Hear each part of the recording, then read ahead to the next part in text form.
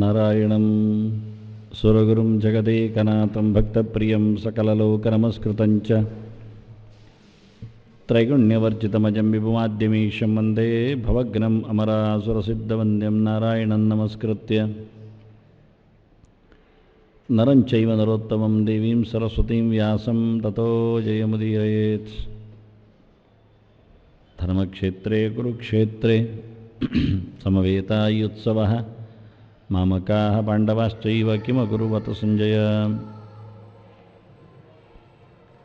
ಶ್ರೀಗುರುಭ್ಯೋ ನಮಃ.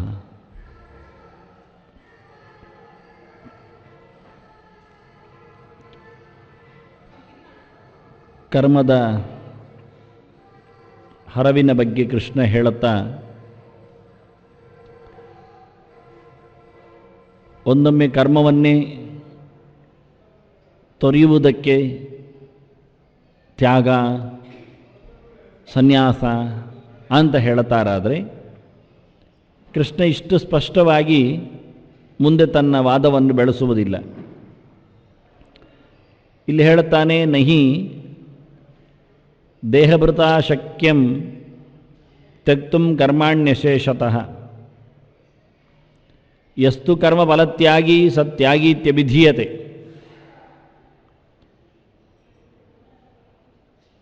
ಒಟ್ಟಾರೆ ಕರ್ಮದ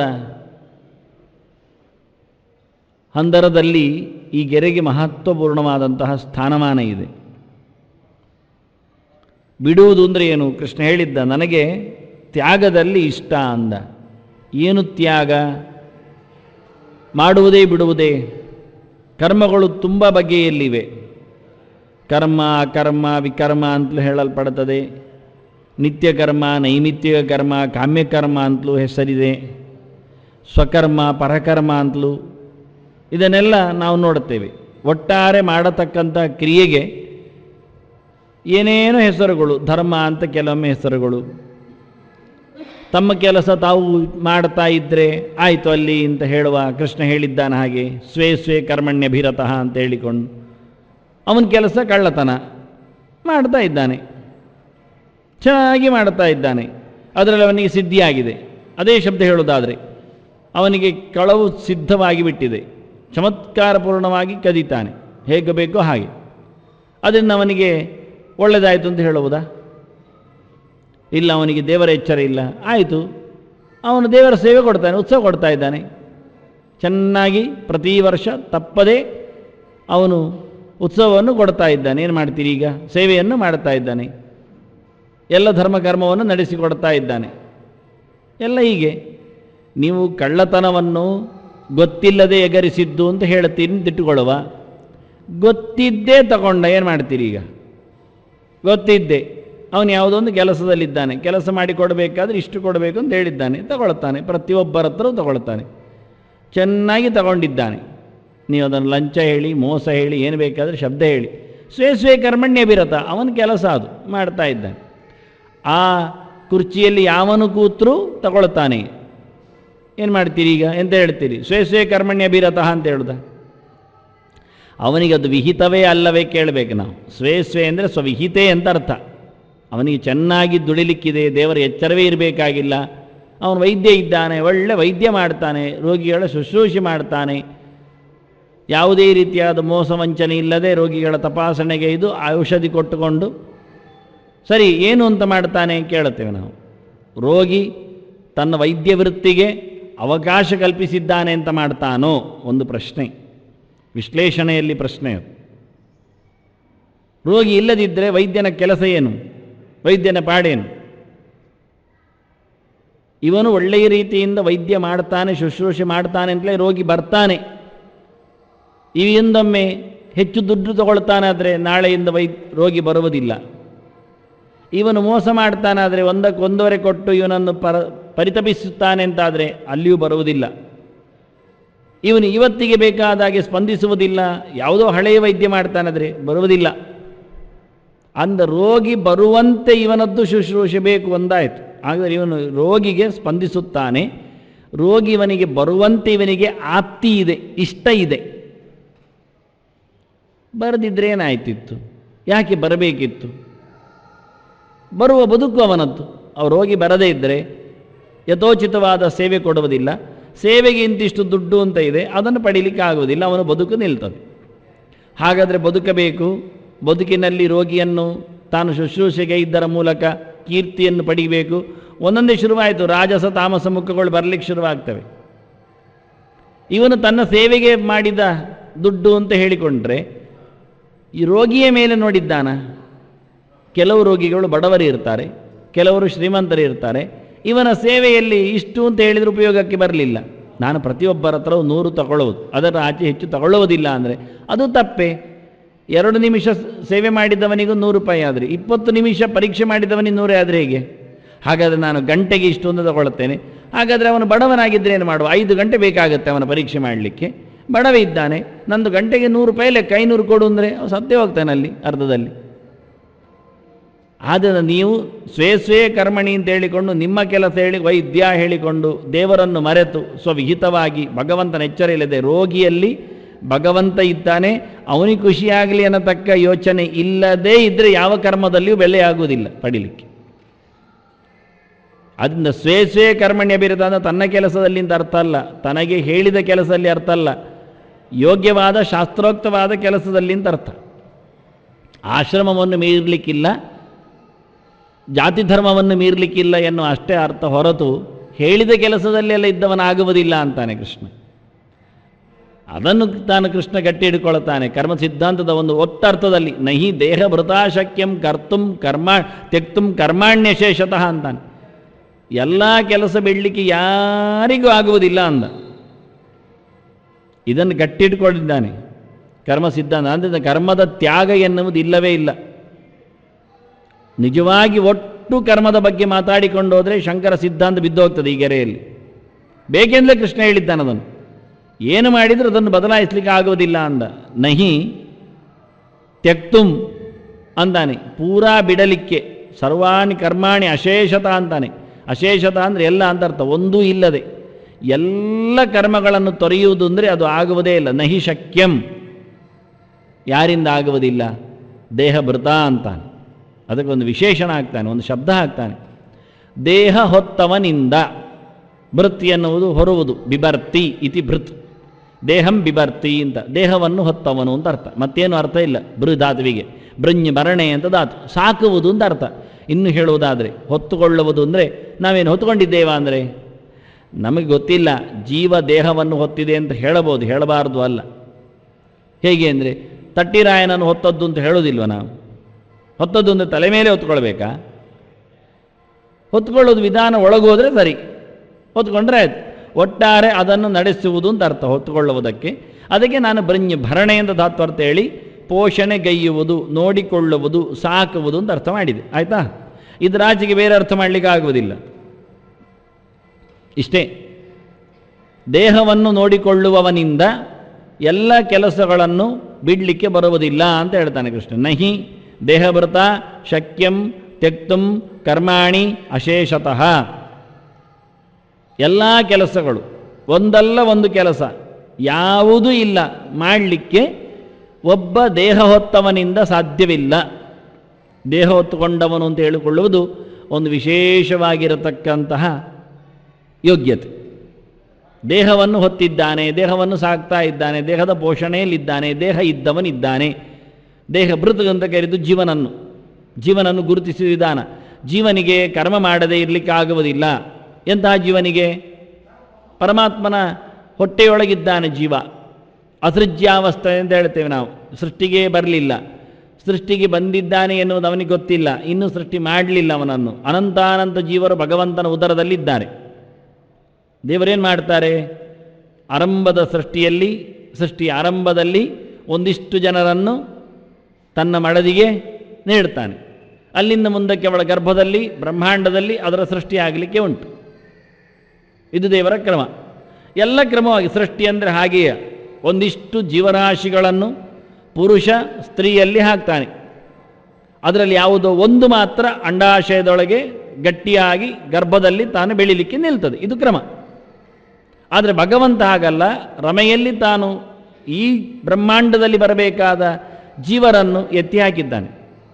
ಅದವನು ಆಯ್ಕೆ ಮಾಡಿದ್ದು, ಕೆಲವು ತೆಗೆದದ್ದು, ಯಾವುದೋ ಒಂದು ಬಂದದ್ದು ಅಲ್ಲ. ಅದು ಭಗವಂತನ ಸಂಕಲ್ಪ ಅನುಗುಣವಾಗಿಯೇ ಬಂದಿದೆ ಬರುವಲ್ಲಿ. ಉಳಿದವರಿಗೆ ಗೊತ್ತಿಲ್ಲ, ಏನು ಗೊತ್ತಿಲ್ಲ. ಯಾರು ದೇವರು ಸೃಷ್ಟಿ ಮಾಡಿದ್ದಾನೋ ಅವರಿಗೆ ಸೃಷ್ಟಿಯ ಪ್ರಪಂಚದಲ್ಲಿ ತಾವು ಬಂದದ್ದು, ಸೃಷ್ಟಿಯಲ್ಲಿ ನಿರಂತರವಾಗಿ ನಿಂತದ್ದು, ಕರ್ಮಗಳನ್ನು ಮಾಡ್ತಾ ಇರುವುದು ಗೊತ್ತಾಗ್ತದೆ, ಮರೆತು ಹೋಗ್ತದೆ, ನೆನಪಿಗೆ ಬರ್ತದೆ, ಸಂಪೂರ್ಣವಾಗಿ ಮರೆಯುತ್ತಾನೆ, ಎಲ್ಲ ಆಗ್ತಾ ಇರ್ತದೆ ಅವನ ಯೋಗ್ಯತೆ ಅಂತ. ಆದರೆ ಅದಕ್ಕಿಂತ ಮೊದಲು ಅನಂತವಾಗಿರತಕ್ಕ ರಾಶಿ ಭಗವಂತನ ಹೃದಯದಲ್ಲಿದ್ದದ್ದು, ಸೃಷ್ಟಿ ಆಗದೇ ಇದ್ದದ್ದಕ್ಕೆ ಅಸೃಜ್ಯ ಜೀವರು ಅಂತ ಕರೀತಾರೆ. ಅವುಗಳಿಗೆ ಕರ್ಮದ ಯೋಚನೆಯೇ ಇಲ್ಲ. ಯಾಕೆ? ದೇಹವೇ ಇಲ್ಲ. ಯಾವುದೇ ಪ್ರಕಾರವಾಗಿ ಲಿಂಗದೇಹ ಇದೆ ಅಷ್ಟೇ. ಇನ್ಯಾವುದೇ ಸ್ಥೂಲವಾದ, ಯಾವುದೇ ಕಾರ್ಯೋನ್ಮುಖವಾಗುವ ದೇಹ ಉಪಚಯೇ ಬೆಳೆಯುವ ದೇಹ ಅಂದರೆ ಲಿಂಗದೇಹಕ್ಕೆ ದೇಹ ಅಂತ ಹೆಸರಿಲ್ಲ. ಆದ್ದರಿಂದ ಅದು ಬೆಳೆಯುವುದಿಲ್ಲ. ಅದು ಕವಚ, ಅದು ಅನಾದಿಯಾದ ಕವಚ, ಅದು ನಿತ್ಯ ಅಲ್ಲ, ಅದು ಒಡೆದೋಗುತ್ತೆ. ಬೀಜ ಇದ್ದಾಗಲೇ ಇತ್ತದು. ಯಾವತ್ತು ಬೀಜವನ್ನು ನಾವು ನೆಡ್ತೇವೆ ಅಷ್ಟೊತ್ತಿಗೆ ಅದರದ್ದು ಕವಚ ಒಡಿತದೆ, ಮತ್ತೆ ಮಾತಾಡಲಿಕ್ಕಿಲ್ಲ. ಆನಂತರ ಗಿಡ ಆಗತ್ತೆ, ಮತ್ತೆ ನೀವು ಹುಡುಕ್ಲಿಕ್ಕಿಲ್ಲ. ಹಾಗೆ ವಾಸ್ತವವಾಗಿ ಲಿಂಗದೇಹ ಒಡೆಯುವುದಿಲ್ಲ, ಅದು ಮೋಕ್ಷಕ್ಕೆ ಹೋಗುವಾಗ ಒಡಿತದೆ. ಇಲ್ಲಿ ಮೇಲೆ ಬಿತ್ತಿಕೊಂಡು ಬೆಳೆಯುವಾಗ ಒಡೆಯುವುದಿಲ್ಲ. ಇದೆ ಅದು ಕವಚ, ಹಾಗೆ ಇರ್ತದೆ. ಹಾಗೆ ಜೀವರಲ್ಲಿರತಕ್ಕಂಥ ಲಿಂಗಕ್ಕೆ ದೇಹ ಅಂತ ಕರಿತೇವೆ, ಆದರೆ ಅದು ಕರೆಯುವ ವ್ಯವಸ್ಥೆಯಲ್ಲಿ ಇಲ್ಲ. ಅದು ಉಪಚಯ ಆಗುವುದಿಲ್ಲ. ಅದು ಸೃಷ್ಟಿಗೆ ಬಂದ ನಂತರ ಉಪಚಯ ಆಗ್ತದೆ. ಕರ್ಮದಿಂದಾಗಿ ಬೆಳೀಲಿಕ್ಕೆ ಶುರುವಾಗ್ತದೆ. ಉಪಚಯ ಅಂದರೆ ಹಾಗೆ, ಉಪಚಯ ಅಪಚಯ ಎರಡುವ, ಬೆಳೆಯುವುದು ಬೆಳೆಯುವುದು ಬೆಳೆಯುವುದು ಬೆಳೆಯುವುದು ಮತ್ತು ಹರಿಯುವುದು, ಹಾಳಾಗುವುದು ಅಷ್ಟೇ, ಅದರ ಆಚೆಗಿಲ್ಲ. ಅದನ್ನ ದೇಹ ಶಬ್ದವನ್ನು ಕೃಷ್ಣ ಬಳಸಿ ಅದನ್ನು ಹೊತ್ತವನು ಜೀವನು ಅಂತ ಬಳಸ್ತಾನೆ. ಇಲ್ಲಿ ಲಿಂಗದೇಹವನ್ನು ಅವನು ಹೊತ್ತದ್ದಲ್ಲ. ದ್ರವ್ಯಂಕರ್ಮಚ ಕಾಲಶ್ಚ ಸ್ವಭಾವೋ ಜೀವಯೇವಚ ಯದನುಗ್ರಹತ ಸಂತಿ ಅಂತ. ಜೀವನು ಇದ್ದಾನೆ ಎನ್ನುವುದು ದೇವರಿಗೆ ಮಾತ್ರ ಗೊತ್ತು. ಆ ಜೀವನಿಗೆ ನಾನು ಲಿಂಗದೇಹವನ್ನು ಹೊತ್ತುಕೊಂಡಿದ್ದೇನೆ ಎನ್ನುವುದು ಗೊತ್ತಿಲ್ಲ. ಅಸೃಜ್ಯವಾದ ಜೀವನಿಗೆ ಲಿಂಗದ ಮೇಲೆ, ಲಿಂಗ ದೇಹದ ಮೇಲೆ ಯಾವುದೇ ರೀತಿಯಾದ ಭರಣ ಯೋಗ್ಯತ್ವ ಇಲ್ಲ. ಆದ್ದರಿಂದ ದೇಹ ಭೃತ ಅಲ್ಲವ, ಇಷ್ಟು ಸ್ಪಷ್ಟಪಡಿಸಿದರು. ಆದ್ದರಿಂದ ಹುಟ್ಟಿ ಬಂದ ಜೀವನು, ಸೃಷ್ಟಿಯಲ್ಲಿ ಸಿಕ್ಕಿದವನು, ಬ್ರಹ್ಮಾಂಡದೊಳಗೆ ಬಿದ್ದವನು, ಪ್ರತಿಯೊಬ್ಬ ಜೀವನು ದೇಹ ಭೃತ್. ಅವನು ಕರ್ಮ ಬಿಡಲಿಕ್ಕೆ ಆಗುವುದಿಲ್ಲ ಅಂತ ಕೃಷ್ಣ ಹೇಳಿಬಿಟ್ಟು. ನಹಿ ದೇಹಭೃತ ಶಕ್ಯಂ ತ್ಯಕ್ತುಂ ಕರ್ಮಾಣಿ ಅಶೇಷ. ಅದು ಹೀ ಅಂತ ಹೇಳುವುದರ ವ್ಯವಸ್ಥೆ. ಅದು ಹೀ ಅಂದರೆ ಹೌದು, ನಿಶ್ಚಯ, ಇದು ಶಾಸ್ತ್ರದಲ್ಲಿ ಇದ್ದದ್ದು, ಇದು ವ್ಯವಸ್ಥೆ, ಇದು ಕ್ರಮ. ಇಲ್ಲಾದರೆ ಬೇರೆ ಕ್ರಮ ಹೇಳಿ ಅಂತಾನೆ. ಬೇರೆ ಹೇಳಿ. ಜೀವನಿಗೂ ದೇಹ ಉಳ್ಳಂಥ ವ್ಯಕ್ತಿಗೂ ಅವನ ಕರ್ಮದ ತಂತ್ರಕ್ಕೂ ಬೇರೆ ಯಾವ ವಿಷಯವನ್ನು ಹೇಳುತ್ತೀರಿ? ಹೇಳಲಿಕ್ಕೆ ಆಗುವುದಿಲ್ಲ. ನಾವು ಶಾಸ್ತ್ರ ನಂಬುವುದಿಲ್ಲ, ಹಿಂದಿನ ಕತೆ ನಮಗೆ ಗೊತ್ತಿಲ್ಲ, ಪ್ರತ್ಯಕ್ಷ ಮಾತ್ರ ಹೇಳುತ್ತೇವೆ ಅಂದರು. ಕೇಳ್ತಾರೆ ಅವರು, ಹೇಗೆ ಹೇಳಿ, ನೀವು ಹೇಳಿದ್ದು ಒಪ್ಪುಗೊಳ್ಳುವ, ತಪ್ಪಿಲ್ಲದ, ಅದಕ್ಕೆ ಯಾವುದೇ ರೀತಿಯಾದ ಬಂಧಕ ಬಾಧಕ ಇಲ್ಲದೇ ಇರತಕ್ಕ ಸಂಗತಿ ಹೇಳಿ. ಅದಕ್ಕೆ ಕೃಷ್ಣ ಹೀ ಅಂತ ನಿಶ್ಚಯ ಹೇಳ್ತಾನೆ. ಖಂಡಿತವಾಗಿಯೂ ಒಬ್ಬ ದೇಹದಲ್ಲಿ ಬಂದವ ಜೀವನಿಗೆ ಯಾವ ಕಾಲದಲ್ಲಿಯೂ ಕೆಲಸ ಇಲ್ಲದೆ ಕೂತ್ಕೊಳ್ಳಿಕ್ಕೆ ಆಗುವುದಿಲ್ಲ ಅಂದ. ಸ್ಥೂಲ ದೇಹ ಇದ್ದಾಗಂತೂ ಸ್ಥೂಲ ದೇಹದ ವ್ಯಾಪಾರ ಆಗ್ತದೆ. ಸ್ಥೂಲ ದೇಹ ಅಂದರೆ ಕಾಣುವ ಈ ದೊಡ್ಡ ದೊಡ್ಡ ದೇಹಗಳು. ಇದನ್ನು ತೊರೆಸಿ ಬಿಟ್ಟರೆ ಸೂಕ್ಷ್ಮ ದೇಹಗಳಿರ್ತವೆ. ಉತ್ಕ್ರಾಮಂತಂ ಸ್ಥಿತಂ ವಾಪಿ ಪುಂಜಾನಂ ವಾ ಗುಣಾನ್ ವಿಮೂಢಾ ನಾನು ಪಶ್ಯಂತಿ ಜ್ಞಾನ ಚಕ್ಷುಷ ಅಂತ ಹೇಳ್ತಾರೆ. ನಮಗೆ ಕಾಣುವುದಿಲ್ಲ ಸೂಕ್ಷ್ಮ ದೇಹದ ವಿಷಯ, ಆದರೆ ಕಾಣುವವರಿದ್ದಾರೆ. ಆದರೆ ನಮಗೆ ಅರ್ಥ ಆಗುತ್ತೆ ಸೂಕ್ಷ್ಮ ದೇಹಗಳು. ಅವನಿಗೆ ಎಂಥದ್ದು ಸತ್ತದ್ದು ಮೈಗೆ ಬಂದು, ಇತ್ತೀಚೆಗೆ ನಡೆಯಿತು ಒಂದು ಹಳ್ಳಿಯಲ್ಲಿ ಅಲ್ಲ, ಆಕೆ ಸತ್ತೋಗಿದ್ದಾಳೆ ಹುಡುಗಿ, ಮದುವೆ ಆಗದೆ ಸತ್ಲು. ಯಾರೋ ಪ್ರಿಯತಮ ಇದ್ದ, ಸತ್ಲಂತು. ಅದು ಎಂಥದ್ದು ಆತ್ಮಹತ್ಯೆ ಅಂತ ಹೇಳಿಕೊಂಡು ಬರೆದು ಹಾಕಿದ್ರು. ನಮ್ಮದು ಯಾವತ್ತು ಪಕ್ಕ ಮುಗೀತದೆ, ಸಮಸ್ಯೆ ಪರಿಹಾರಕ್ಕೆ ಏನು ಕಷ್ಟ ಇಲ್ಲ, ಆತ್ಮಹತ್ಯೆ ಹೇಳಿದರೆ ಮುಗೀತು. ಆದರೆ ಅವಳ ವಸ್ತುಗಳು ಸಿಕ್ಕಿದವು, ಅದು ಅರ್ಥ ಆಗಲಿಲ್ಲ ಅವರಿಗೆ, ಬಿಟ್ಟುಕೊಟ್ರು. ಆದರೆ ಪಕ್ಕದ ಮನೆಯ ಹುಡುಗಿಯ ಮೈಯಲ್ಲಿ ಪ್ರೇತ ಬಂತು. ಅವಳು ಹೇಳುತ್ತಾಳೆ, ಅದು ಅವಳು ಸತ್ತದ್ದಲ್ಲ, ಅದು ಕೊಲೆ, ಅದು ಇಂಥವರು ಕೊಂದದ್ದು. ಅವಳು ಹೇಳುದು, ನನ್ನನ್ನು ಇಂಥವ್ರು ಕೊಂದರು, ನಾನು ಸಾಯಲಿಲ್ಲ, ನನ್ನನ್ನು ಸಾಯುವಂತೆ ಮಾಡಿದರು. ಅವಳಿಗೆ ಗೊತ್ತಾಯ್ತು, ವಿಷಯ ಗೊತ್ತಿ, ಇವಳ ಸಂಗತಿಯೇ ಗೊತ್ತಿಲ್ಲ ಅವಳಿಗೆ. ಎಲ್ಲ ಹೇಳ್ತಾ ಇದ್ದಾಳೆ ಕೂತ್ಕೊಂಡು, ಅವಳಾಗಿ ಹೇಳ್ತಾ ಇದ್ದಾಳೆ. ಹಾಗಾದರೆ ಪರ ಜೀವನ ಪ್ರವೇಶ ಆದದ್ದು ಸ್ಪಷ್ಟ ಆಗಿದೆ. ಅದು ಹುಡುಕಿಕೊಂಡು ಹೋದ್ರು. ಮತ್ತೆ ಅದು ವಿಷಯ ಸಂಗತಿ ಸಿಕ್ಕಿದಾಗ ಇವರು ಆತ್ಮಹತ್ಯೆ ಹೇಳಿ ಬಿಟ್ಟು ಹೋದದ್ದು ಅದಲ್ಲ, ಅದು ಕೊಲೆ. ಅದಕ್ಕೆ ಕೊಲೆಗೆ ಸೂಚನೆ ಕೊಟ್ಟದ್ದು ಪ್ರೇತ ಹೊರತು ಮನುಷ್ಯ ಬದುಕಿದ್ದವಲ್ಲ. ಬದುಕಿದ್ದವರಿಗೆ ಕೆಲಸ ಮಾಡಲಿಕ್ಕೆ ಬರೋದಿಲ್ಲ, ಆದರೆ ಕೆಲವು ಸತ್ತವರು ಬಂದು ಸೇವೆ ಮಾಡ್ತಾರೆ, ಗೊತ್ತಿದೆ ಅವರಿಗೆ ಇದು ಆಗುವುದಿಲ್ಲ ಹೋಗುವುದಿಲ್ಲ ಅಂತ. ನಾನು ಸತ್ತದ್ದಲ್ಲ, ನನ್ನನ್ನು ಕೊಲೆ ಮಾಡಿದ್ದು ಅಂತ ಸ್ವಯಂ ಸತ್ತವ ಇನ್ನೊಂದರ ಒಳಗೆ ನಿಂತು ಹೇಳಿದ ಕೂತ್ಕೊಂಡು. ನಾವು ಯಾರಿಗೋ ಬಿದ್ದ ಕನಸಿಗೋಸ್ಕರ ಹೊಂಡ ತೆಗಿತೇವೆ, ದುಡ್ಡು ಸಿಗ್ತದೋ ನೋಡ್ತೇವೆ. ಇದು ಪ್ರತ್ಯಕ್ಷ ಎದುರಲ್ಲಿ ಹೇಳ್ತಾ ಉಂಟು, ಪ್ರೇತ ಕೇಳೋದಿಲ್ಲ ಅಂದ್ರೆನ್ನ ಅಲ್ಲಿ ನಿಜವಾದ ಸಂಗತಿಗಳು ಹೆಸರು ಹೇಳ್ತಾ ಇದೆ. ಇಂಥದ್ದು ಅನೇಕ ಘಟನೆಗಳನ್ನು ಗುರುತು ಮಾಡಿದ್ದಾರೆ ಜನ್ಮಾಂತರದ ವಿಷಯಗಳಲ್ಲಿ. ಕರಾರುವಾಕ್ಕಾಗಿ ಊರು, ದೇಶ, ನಾಮ, ಬಂಧುತ್ವ ಎಲ್ಲ ಹೇಳಿಕೊಂಡು ತಿರುಗಿದ ವ್ಯಕ್ತಿಗಳನ್ನು ತೋರಿಸಿಕೊಟ್ಟಿದ್ದಾರೆ. ಆದ್ದರಿಂದ ಸತ್ತ ನಂತರ ಸ್ಥೂಲ ದೇಹ ಹೋಯಿತು ಅಷ್ಟೇ ಹೊರತು ಸೂಕ್ಷ್ಮ ದೇಹ ಹೋಗಲಿಲ್ಲ. ಅಲ್ಲ, ಸೂಕ್ಷ್ಮ ದೇಹ ನಮಗೆ ಕಾಣುವುದಿಲ್ಲ. ಪಶ್ಯಂತಿ ಜ್ಞಾನಚಕ್ಷು ಹೇಳಿತ್ತು, ಓದಿದವರಿಗೆ ಗೊತ್ತಾಗತ್ತೆ ಸೂಕ್ಷ್ಮ ದೇಹ ಇದೆ ಅಂತ. ದರ್ಶನಾತ್ ಪರ್ಶನಾತ್ ಭಾಷಣಾದ್ವಾ ಅಂತಾರೆ. ಅವುಗಳು ಕಾಣಿಸಿಕೊಂಡರೂ ಯಾರು ಮಾತಾಡುವುದಿಲ್ಲ, ಕೆಲಸಕ್ಕೆ ಹೋಗುವುದಿಲ್ಲ. ಅವುಗಳು ಸೂಚನೆ ಕೊಟ್ಟರೂ ಯಾರಿಗೆ ಎಚ್ಚರ ಆಗುವುದಿಲ್ಲ. ಅವುಗಳು ಚೇಷ್ಟೆ ಮಾಡಿದರೂ, ಕೀಟಲೆ ಕೊಟ್ಟರೂ ಸಹ ಯಾರು ಅದಕ್ಕೆ ಪ್ರವೃತ್ತಿ ಮಾಡೋದಿಲ್ಲ. ಅಂಥವರನ್ನು ಪ್ರೇತಗಳು ಮತ್ತೆ ಕಾಡಿಸ್ತವೆ ಅಂತಾರೆ. ಅದನ್ನು ಸ್ವಪ್ನದಲ್ಲಿ ಕಾಣಿಸಿಕೊಂಡು ಗತಿಯಾಗದಿದ್ದಾಗ, ಅನ್ಯಾಯ ಎಸಗಿದಾಗ ಅವುಗಳು ಮಾತಾಡಿ ಹೇಳಿಕೆ ಕೊಟ್ಟು ತಿಳಿಸಿಬಿಟ್ಟು ಆನಂತರವೂ ಪ್ರವೃತ್ತಿ ಮಾಡದೇ ಇದ್ದಾಗ, ಗರುಡ ಪುರಾಣ ಸ್ಪಷ್ಟ ಹೇಳ್ತದೆ, ಮಾಡದೇ ಇದ್ದಾಗ ಮಾತ್ರವೇ ಪ್ರೇತ ಬಾಧೆ ಅದು ಶಾಶ್ವತ ಆಗುತ್ತೆ. ಅದನ್ನು ಎಷ್ಟು ಅವುಗಳಿಗೆ ಕೊಡತಕ್ಕಂಥ ಸೂಚನೆಗಳ ಪರಿಸ್ಥಿತಿ ಮಾಡಿದ್ದಾನೆ. ಆದ್ದರಿಂದ ಸೂಕ್ಷ್ಮ ದೇಹಗಳಲ್ಲಿ ಎಲ್ಲ ಕೆಲಸ ಆಗುತ್ತೆ ಅಂತ. ಅದನ್ನು ಸೂಕ್ಷ್ಮ ದೇಹಗಳಲ್ಲಿ ಕೆಲಸಗಳಿವೆ, ಸ್ಥೂಲ ದೇಹದಲ್ಲಿ ಹೇಗೂ ಇದೆ. ಹಾಗಾಗಿ ಯಾವುದೇ ರೀತಿಯಿಂದಲಾದರೂ ದೇಹ ಹೊತ್ತವನೇ. ಆದ್ದರಿಂದ ದೇಹ ಎನ್ನುವುದರಲ್ಲಿ ಸೂಕ್ಷ್ಮ ಸ್ಥೂಲ ಎರಡಿಟ್ಕೊಳ್ಳಿಕ್ಕೆ ಬರುತ್ತೆ. ಯಾವ ದೇಹ ಹೊತ್ತವನಿಗೂ ಎಲ್ಲ ಕೆಲಸವನ್ನು ಬಿಡಲಿಕ್ಕಾಗುವುದಿಲ್ಲ. ಒಂದೂ ಇಲ್ಲದಂತೆ ಎಲ್ಲ ಕೆಲಸ ಅಂದರೆ ಯಾವುದೂ ಇಲ್ಲದಂತೆ ಮಾಡಿಕೊಳ್ಳಿಕ್ಕೆ ಆಗುವುದಿಲ್ಲ. ಕೆಲಸ ಮಾಡುವಾಗ ದೇಹ ಕೆಲಸ ಮಾಡ್ತದೆ, ದೇಹಕ್ಕೆ ಸಂಬಂಧಪಟ್ಟ ಅವಯವಗಳು ಕೆಲಸ ಮಾಡ್ತದೆ, ಮನಸ್ಸು ಕೆಲಸ ಮಾಡ್ತದೆ. ಇದನ್ನು ಬಿಡುವುದು ಹೇಗೆ ಕೇಳ್ತಾನೆ. ಮಾನಸಿಕ ವ್ಯಾಪಾರಗಳನ್ನು ನಿಲ್ಲಿಸುವ ಕಥೆ ಹೇಗೆ? ಸಾವಿರಾರು ನಾಡಿಗಳಲ್ಲಿ ಮನಸ್ಸು ಕೆಲಸ ಮಾಡುತ್ತೆ. ಎಲ್ಲಿಗೆ ಅಂತ ನಾವು ನಿಲ್ಲಿಸುವುದು ಇಲ್ಲ.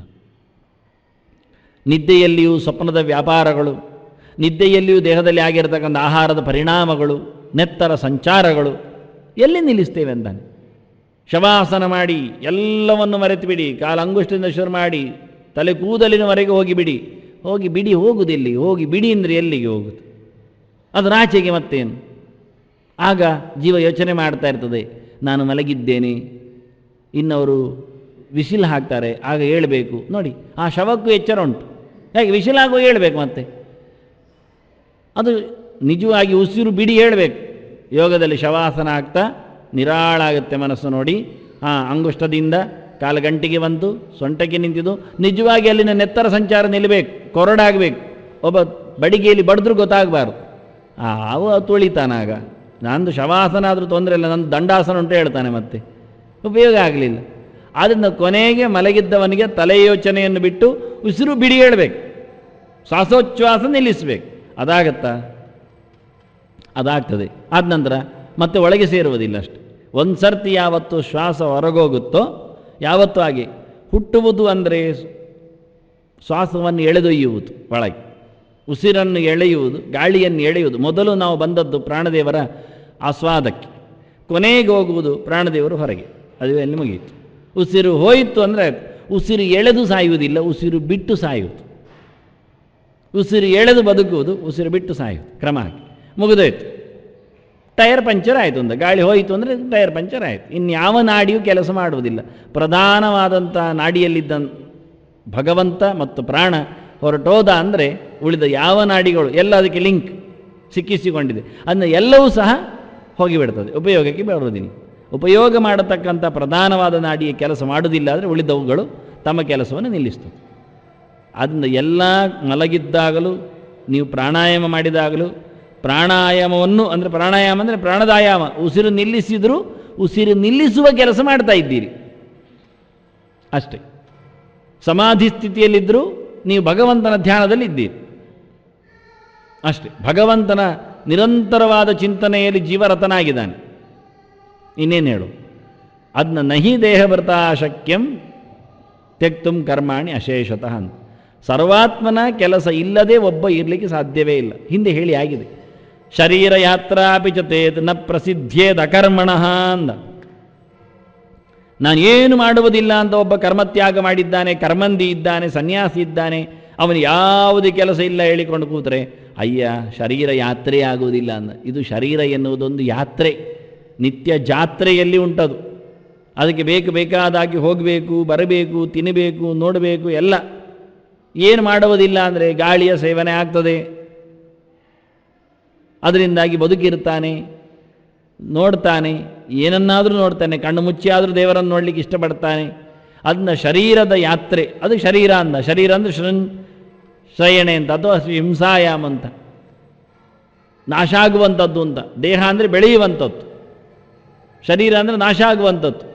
ಅದನ್ನು ಯಾವುದೇ ಕರ್ಮ ಇಲ್ಲದೆ ಹೊರಗಿನಲ್ಲಿ ವಸ್ತುಗಳು ಯಾವುದೇ ರೀತಿಯಾದ ಅಸ್ತಿತ್ವದಲ್ಲಿ ಇರುವುದಿಲ್ಲ ಅಂದ. ಅವುಗಳ ಕುಗ್ಗುವಿಕೆ ಹಿಗ್ಗುವಿಕೆಗೆ ಕರ್ಮವು ಕಾರಣ ಅಂತಾನೆ. ವಾತಾವರಣದಲ್ಲಿ ಒಂದು ಬಂಡೆಕಲ್ಲು ಇರಬಹುದು, ಬಂಡೆಕಲ್ಲು ಕುಗ್ಗುತ್ತಾ ಇರ್ತದೆ, ಹಿಗ್ಗುತ್ತಾ ಇರ್ತದೆ. ಅದು ನಿರಂತರವಾದ ಗಾಳಿಗೆ, ಪರಿತಾಪಕ್ಕೆ, ಸೂರ್ಯನ ಬಿಸಿಲಿಗೆ, ಬೀಳುವ ಮಳೆಗೆ ಅದು ತನ್ನತನವನ್ನು ಕಳ್ಕೊಳ್ಳುತ್ತಾ ಇದೆ. ನಿತ್ಯ ಬೀಳುವ ನೀರಿನಿಂದಾಗಿ, ಪೆಟ್ಟಿನಿಂದಾಗಿ ಅದರ ಮೈ ಸವಕಲಾಗ್ತಾ ಉಂಟು ನಿಧಾನಕ್ಕೆ.